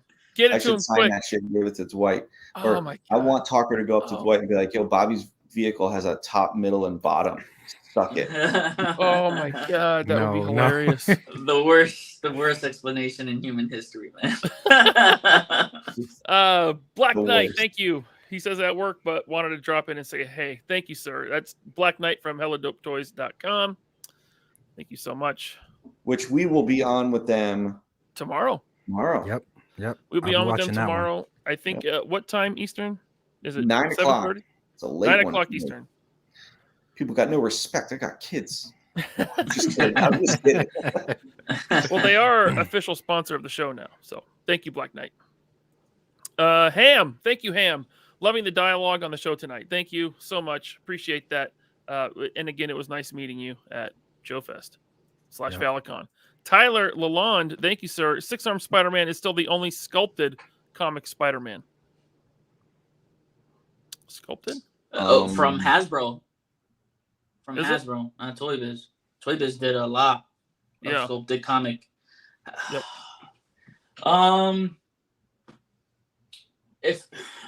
No, there's the armored Spider-Man. He has the cobwebbing sculpted. If you want to count that, I think he's talking about just like a classic suit, right? Yeah, maybe he's talking about the web lines. But that isn't that a PS4 suit? Yeah. It one? Is. Yeah. Yeah. I guess so. All right. Wow. Inglorious Draven, thank you, sir. How do blouse boots /pants equal an undercover agent? Get a second shipwreck, and you can make Chuckles look way better than what Hasbro did. Yeah, that's one thing I didn't like about that Chuckles is that they tucked his pants into his boots. I wish he would have. Well, the original was that way. Oh, And, was you it? know, See, I Yeah. didn't have it. Yeah. It was And, like, you know. Yeah. Yeah. All right. Thank you, Inglorious Draven. Todd loves toys. Thank you for the super chat. Bobby, sales must go up during this pod. I just bought 4 figures. I will always support superior products, service, and price. Thank you, Todd. I usually check my sales at the end of the night. But I will say this, they do tend to spike a little bit during the show. So, Awesome. you know, I must be doing something right. Or Quick, everyone go buy a figure. right? I'm still waiting for my Him in Cliff that line. Hands Him in that line. replacement. Spike a little bit. I remember it was one show. I think I had like 2 cases of Eclipse left. And I just mentioned it kind of in passing on the show that I was like, yeah, Eclipse is going quick. I think we only have 2 cases of her left. She was sold out by the morning. And I was like, wow, okay. Classic Donut. Thank you, sir. As far as who was asking for behind the scenes figures, me. Don't want Spielberg, but I've always wanted an official John Williams figure. Oh, okay. Hey, you want what you want. Nothing wrong with that. As a conductor or as he looked in episode 9. Yeah, I don't know. Thank you, Classic Donut.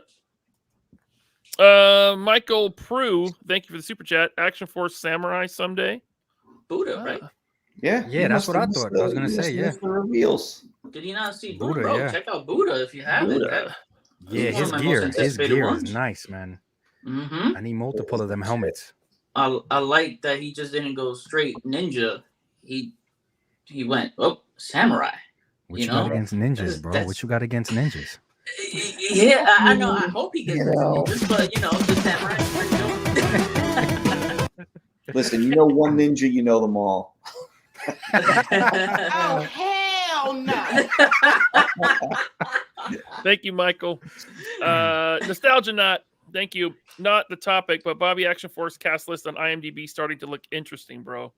Oh Really? boy. I haven't looked at it. It's on IMDb. Look at that. It's over there.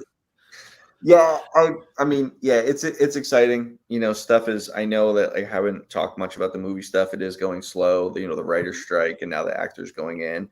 I'm sure isn't going to help matters, but it is exciting. You know, where we are at so far. We are still all in on it, and it's still going in a very positive direction. You know, but it was like once I saw that I was on IMDb, I'm like, well, that's kind of cool. You know, so it's fun. Am I on IMDb yet, Bobby?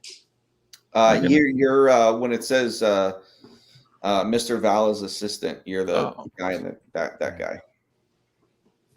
I can't be a key grip. I don't even know what key grips do. They grip stuff. They pick stuff up and put it down. They grip stuff. How does that sound? Thank you, Nostalgia Not. A World Made of Cardboard. Thank you again, man. FYI, a 112 scale Optimus Prime in truck mode would be over 20 inches long, 9 inches wide, and 14 inches tall. With trailer 73 inches long, robot mode over 3 feet tall. Well, that's pretty much what I got here. It's almost 3 feet. Well, no, it's like 28 inches tall robot mode, but Look, based off of the measurements that he does with the cardboard that he does, yeah, I'm pretty sure that's Right? legit. Like I'm He's- pretty he sure he seemed knows like- his My numbers. man went straight Yep. to He the knows his print. numbers. A world made of cardboard knows his numbers. Yeah. he does. Yeah, but I mean, I would buy an Optimus Prime that big. I would too. What would the price? HasLab guess 1,000, 1,500. Yeah, well, 500 probably. You really think something that big would be only 500? Well, if Galactus was Lights. 4, yeah, you're probably right. 600, 650. It'd be a lot. It'd be a lot. All right. Yeah. All right, guys, Oh let's my move on. gosh. Damn HasLabs. And even if it freaking doesn't fund, they're still gonna leave money walking out the door. Oh, yeah. Ramen, thank you, Ramen Toy Ace. Appreciate you. Hope my super chat makes it amidst all these great ones. Just wanted to say great job to Bobby for getting that fit of his figures into the SUV. Getting figures to fit is not as simple as it sounds. There was a lot of pushing and pulling there. You know, it was like, people were asking why there were 2 size models there, and what happened was I had done one model, then I said no, the whole model needs to be raised 10%, so we did the 110% model. Then I got it, and I said, well, that's too big now. But I was like, So it wasn't necessarily the entire thing that needed to increase, 10%. So it was basically took the 100% model and said, let's push a little bit, pull a little bit here, and tweak things here. And I can tell you right now, I've seen the third model. The third model is so nice. Like the figures going so smooth. Everything, the doors come off. Like everything is like perfect. And this third model is basically like the check model before we go to tooling. So this is how you know that I'm not going to be a crowdfund. Like I'm paying for this thing. Like Hey. I approved the cost. I approved everything. I'm working on the Paintmaster now. This thing's getting made. Wow. Rizvani's been putting it out there too. So I showed them the model images. They went nuts. And Nice. I was like, awesome. They're digging We're excited. Yeah. Yeah. It's cool that they've been sharing stuff. That when you partner with someone, that's how it's supposed to be. They're supposed to help and market and show and share shit too. It looks like they're happy about it. Yeah, they are. That's Tim cool. Kennedy. Yeah, no, it's exciting working with them, and I'm glad that they like what I'm doing. Cool. So I'm excited to kind of clear some stuff off my plate this week and actually do the Paintmaster of it, because I took the whole model apart, primed it. Now I got to paint it. Awesome. Thank you, Ace. World Made of Cardboard. Tell Tony my wife missed Desert Rat tonight. Still a fun live stream, though. We enjoyed meeting all of you at Joe Fest. Thank you all for a great time. We'll definitely tell Tony. He'll watch this, I'm sure, on the replay. He will. He's definitely going to watch it because he's such a big fan of mine. Oh my God. He's going to watch it because he knows I miss him. That's why he's going to watch it. Thank you, John. Ramen Toy, wow, with a purple super chat, magenta. Thank you for that, sir. He says the hate within the toy community is the same as the hate in any human community. Mm. Everyone has their unique point of view, and it takes great empathy to prevent hate. But such empathy is few and far between. It won't be normal if everyone lived in harmony. Right. That's very insightful, and Well I said. agree with you. Very well said. Thank you, Ace. Bringing a little philosophy to the 3POA podcast. Appreciate you, man. Fawcetino? Did I say that right? You said it better than I would. So yeah, I would go with what you said. I would have messed it up way worse, man.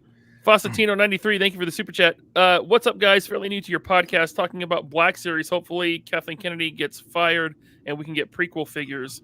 Still hurt, no Rancor. I would like more Jedi from the prequels, and it sucks that we're never going to get a Black Series Rancor. It sucks. But I also wasn't going to pay that price with the unlocks that I had. So yeah, the unlocks, man. The freaking cardboard, that was insulting, man. Listen, and then didn't they release that retro Luke later as like a Walmart exclusive too from one of the tiers that was supposed to be in it or something like that? No, it's going to be on the retro card regular release wave. But I mean, like that's to me, that's even beside the point. Like they said they were going to do that. They said it would be in the regular line too. But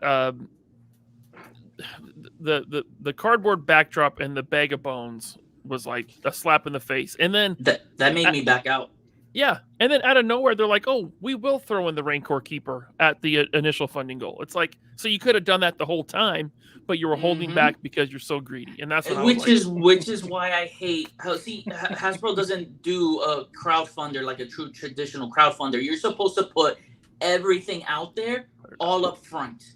They do this little sketchy hiding tiers until they unlock to reveal the next tier. I hate that.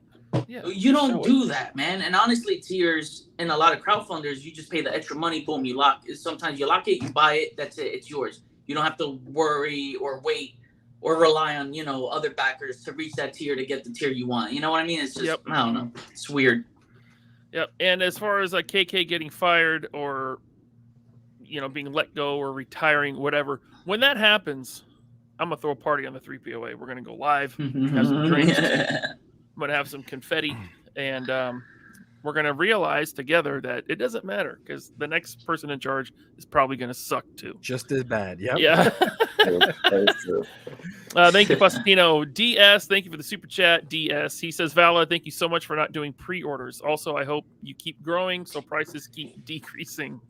Thanks, man. I mean, listen, here's the thing. I said it before. I was like, you cannot please everybody. If you do one thing one way and you think it's great, 100 people will, or 99 people will like it. One person is going to bitch. So it's just a matter of what is the best move to do. And I feel that I think moving away from pre-orders is better. I'd rather someone order something knowing they're getting it right away rather than you'll get it in a few months or 6 months or maybe a year or 89 Batman, kind of thing. So yeah, I mean, again, though, some people don't like it, but some people do. Again, can't please everybody, and it really sucks. I don't like my money to be up in the air. Like when I give. Yeah, I don't want to hold on to people's money. Like, yeah, I want when that money comes to me, I want to know that money's mine, and then I want to know that you got yours. Yeah, right. That's why I stopped mystical pre-orders. I'm like doing all these pre-orders, and then they have like hundreds of dollars of mine reserved from the NRDs. Yeah. Jim Smith, thank you. Any reissues or exclusives available for ChrisCon? I believe I will have some for ChrisCon. I kept enough stock for that show and for PowerCon. I'm sure watch that people are going to get so mad. You sold out. I couldn't get my toy, but you're bringing it to PowerCon. Yes, I'm bringing it to PowerCon. Why? Because I want to be able to have the whole range of figures out at the shows that I do. So you already had it allotted for that, and there's more. Yep. There's more Path Eclipse coming. The hell is ChrisCon? More away.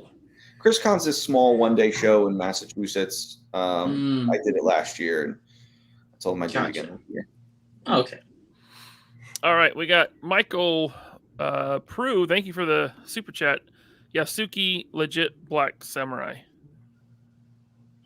I think that was a reference to is any samurais coming to the line. Yasuki was like one of the first mainstream Black samurais in like the culture, the lore, and they have animes about that guy. Yeah, I think he was just bringing him up as a samurai. Gotcha. Cool. Maybe we'll bring him into Action Force. Yeah, he's pretty cool. Thank you, Michael. I know. I did pick up that Kenshin sword. Remember, Ninja? We were at the show a couple weeks ago. There was a dude selling swords, and he had a Kenshin reverse blade katana. I was like, I'll take that. The anime Kenshin guy? Yeah. Yeah. Oh, I got that figure. Yeah, that's a good figure. And you got the actual like sword? Yeah. Yeah, Oh, it looked good. Yeah. MC, thank you. I noticed Carrick's vest hasn't been reused for a different character yet. Do you plan on reusing that vest? Maybe a bomber jacket? Maybe. I know that when I first signed Sarge onto the line, I had him in a bomber jacket, and he had the Carrick vest. Because there was a G.I. Joe pamphlet that got mailed out where he's like in the Arctic, and he's got like this woolly collared bomber jacket on. And I was like, that figure never got made. Like that version of him was never made. So I wanted to do that version. But then I was just like, no, I want to do my own thing. And that's when I ended up like tooling up the new jacket for him. But yes, you're right. There's several things, in the line, like mostly Carrick related, where, I haven't used his shotgun sheath that goes on his back. Again, I haven't used Carrick's bomber jacket or bomber vest again. We'll see. Well, might get to it later on. All right. Thank you, Brian. Hey, Brian. Master Son 42 said he's waiting for you to read his super chat from like 2 hours ago. Oh, really? Did I miss it? Yeah. Okay, I will go find that, Master Son. Don't worry, I got you. Sorry about that, man. This is why I gotta be your moderator too, and I guess. Well, here's the thing. StreamYard's auto stars the super chats now, so it saves them. So somehow StreamYard's missed it, or you didn't actually it didn't go through. But I will go look before we end the stream. Renato, thank you, Renato. He says, "Good evening, hermanos. As always, much love to you all. Also, I think Jeremy got his facts mixed up about the Cookie Monster. However, I do worry about the rash he talked to me about. Oh, God. Man. Tell him to go talk to a urologist. Yeah, Jeremy, go talk to a urologist. Okay. Thank you, Wrenchnato. Astron 1701 says the Armored Spider-Man is from Revenge of the Sinister Six comic. Nope. Look. I pulled up images, man. I pulled the images so many times on my video. Do the PS4 comparison to the comic. The comic had like connected. The knee pads are connected to the boots. These are separate. He has all the texture and the plating, the separations. You gotta just go back and look at it. It's PS4, bro. So yeah, the first appearance of that style suit was from that Revenge of the Sinister Six comic, but the actual figure, the Marvel Legends figure that we got a year or two ago is from the PS4 video game. It's from they just put in a retro packaging way, which was weird. Right. Yeah. But thank you for that super chat, sir. I'm not boycotting you, Master Son. DS, thank you so much. Ninja, when are we going to get a tour video of that collection room? You know, I get so many questions, but I get this question a lot, but it's demoralizing for me to do it after I watch how amazing Ryan's is. Like, if anybody that has not seen Laser Pants' collection, please go watch it. Please go watch it, especially that top shelf up there, that Action Force shelf, bro. Please watch his collection. So I gotta build myself up. I'm not there. My shit is not as good as Ryan's yet, but eventually it's coming. It's on the way. It doesn't have to be. Man, I am looking for that. From the guy that pulled his out and showed his is bigger. Says that guy says that. Okay. All right. M. Ross, thank you. He says boonie hats, Bobby. LOL. Just kidding. No, he knows I hate them. Yeah. He knows it. You know what's funny is my kid bought a boonie hat at Jurassic Park ride, and he wears it around. He looks hilarious. Love you guys. Thanks for all the hard work and great shows. Thank you, M. Ross. Appreciate you, man. Thanks for always tuning in. And Impossible Pie, thank you, sir. Bobby, more special ops gear packs coming soon on Big Bad Toy Store. No. Gotta move on to other things. I mean, listen, and I get it. You know, it's the line is getting so popular that so many new people are coming on board, but I can't just keep reissuing stuff. Like, I have to focus on getting newer stuff out there and you know, more just unique things, more unique characters and new gear packs. Because if I reissue something twice, man, I gave you guys 2 shots at it. Again, I know it's like, you know, people are like, Carrick and Bone Collector. It's like, yeah, well, I told people Series 1 pre-order was open for over a year. And I told people multiple times that Carrick was the sleeper of the line. You should probably order him. And people didn't. And then he sold out when we got the restock in. Then I reissue him and I order a ton of him because I knew he was the sleeper last time. And he sold out really fast. It's just like, I can't keep reissuing this stuff over and over again. You know, if I give you 2 times, I got to move on to other things. I'm not saying down the road we might not do it again, but it's like, when you're constantly keeping the line evolving, how can you justify keep going back and making older stuff? It's like reusing the Bucky Cat body over and over and over again, you know? Yeah. So. Did I miss Matt Hatter's super chat too? What's up, baby boys? Watching this on the road, risking my life. Also, that $50 guy just made me look like a cheap POS. Didn't you read it in his tone? You read it as Matt Hatter. Right. That's why you don't remember, because you were in character. Yeah. I was paneling the Mad Hatter so much that we love Mad Hatter over here. Shout out to that baby boy over there. We're trying to get him on the show. We just got to find a date that works for both of us. He's got San Diego Comic-Con next weekend, and apparently he has relatives that take precedence over this. I don't know, but hopefully we'll get him on soon. I'm looking in my YouTube back end for Master Son 42, and it's not coming up. Got him. Evening. Yep. Hold on. I know, but I want to find the first one too because I want to be sure I didn't miss it. Dude, it's not in here. Like, I don't think it went through, man. I don't think it went through. I just went through every super chat that we got tonight. So if it's on your bank statement, I'm sorry, but YouTube didn't show it to me. That sucks. Okay. Oh, wait, here it is. What con and events are you... No, that was from the last live stream I did. Okay. Well, let me get to Master Son first. Thank you, man. Evening, Laserpants, Ninja, X-Manny, and the guy who never remembers who I am, even though we met 5 times. Listen, man, What are the chances we get the San Diego Comic-Con figure? I said it. I'm awful with like meeting people and remembering. It's like people I meet, and I'm sorry. I apologize. I would love to be better at it. I wish I could meet someone and instantly remember them the second I shake their hand and meet them. I wish I could be like Ryan, because Ryan's like, hey, that's so and so. I'm like, how do you remember all these people? Listen. It's real easy to recognize Master Son 42 because when he's a around, big ass guy. He's a tall guy, man. He's big. When he's around, Tony gets really excited and slightly aroused. So that's when you know it's Master Son 42, because Tony's Master Son 42's here. Yeah. Thank you. And not Top Goon.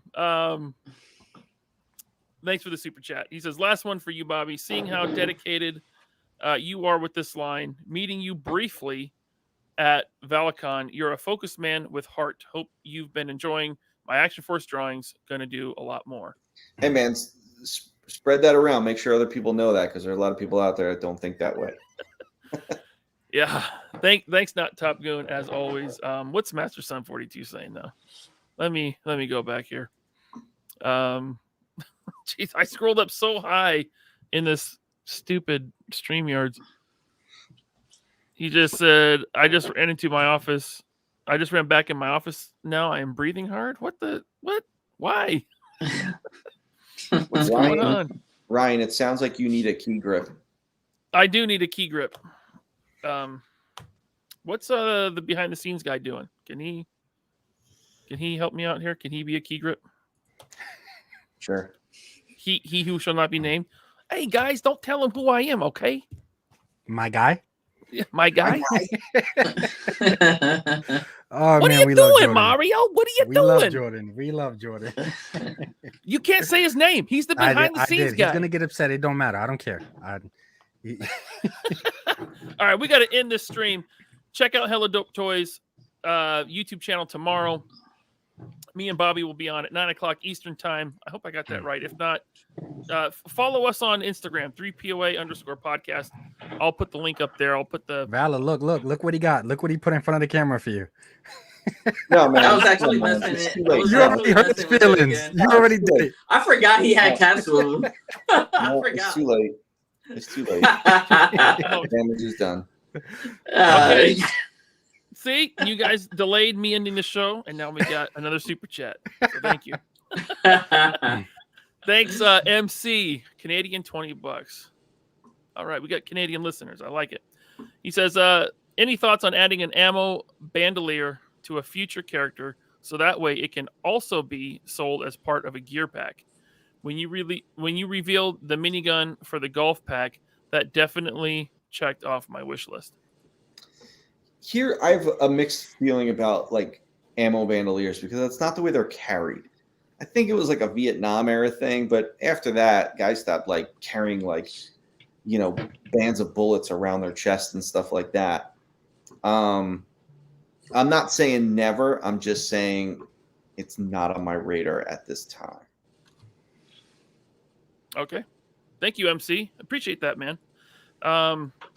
And Jeremy J sent a super chat, but then he retracted the message. So thanks for that. I don't know if that means you get your $2 back, but Jeremy, if you send a super chat and it's only $2 ever again, you're fired. Okay. You put another 0 at the end of that. Thanks, Jeremy. That's my co-host. Okay. I'm not begging for super chats here. Hella Dope Toys tomorrow night, 9 p.m. Eastern. Thank you all so much for tuning in. Please hit that like button on your way out, because we had over 500 people watching, 294 likes. So let's get it up over 300 at least. Thank you all so much.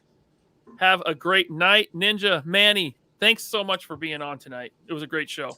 Oh, this is fun, man. Thanks for having me on.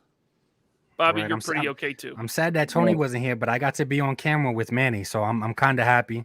We're good. Manny killed the show as usual, as expected. He did great, man.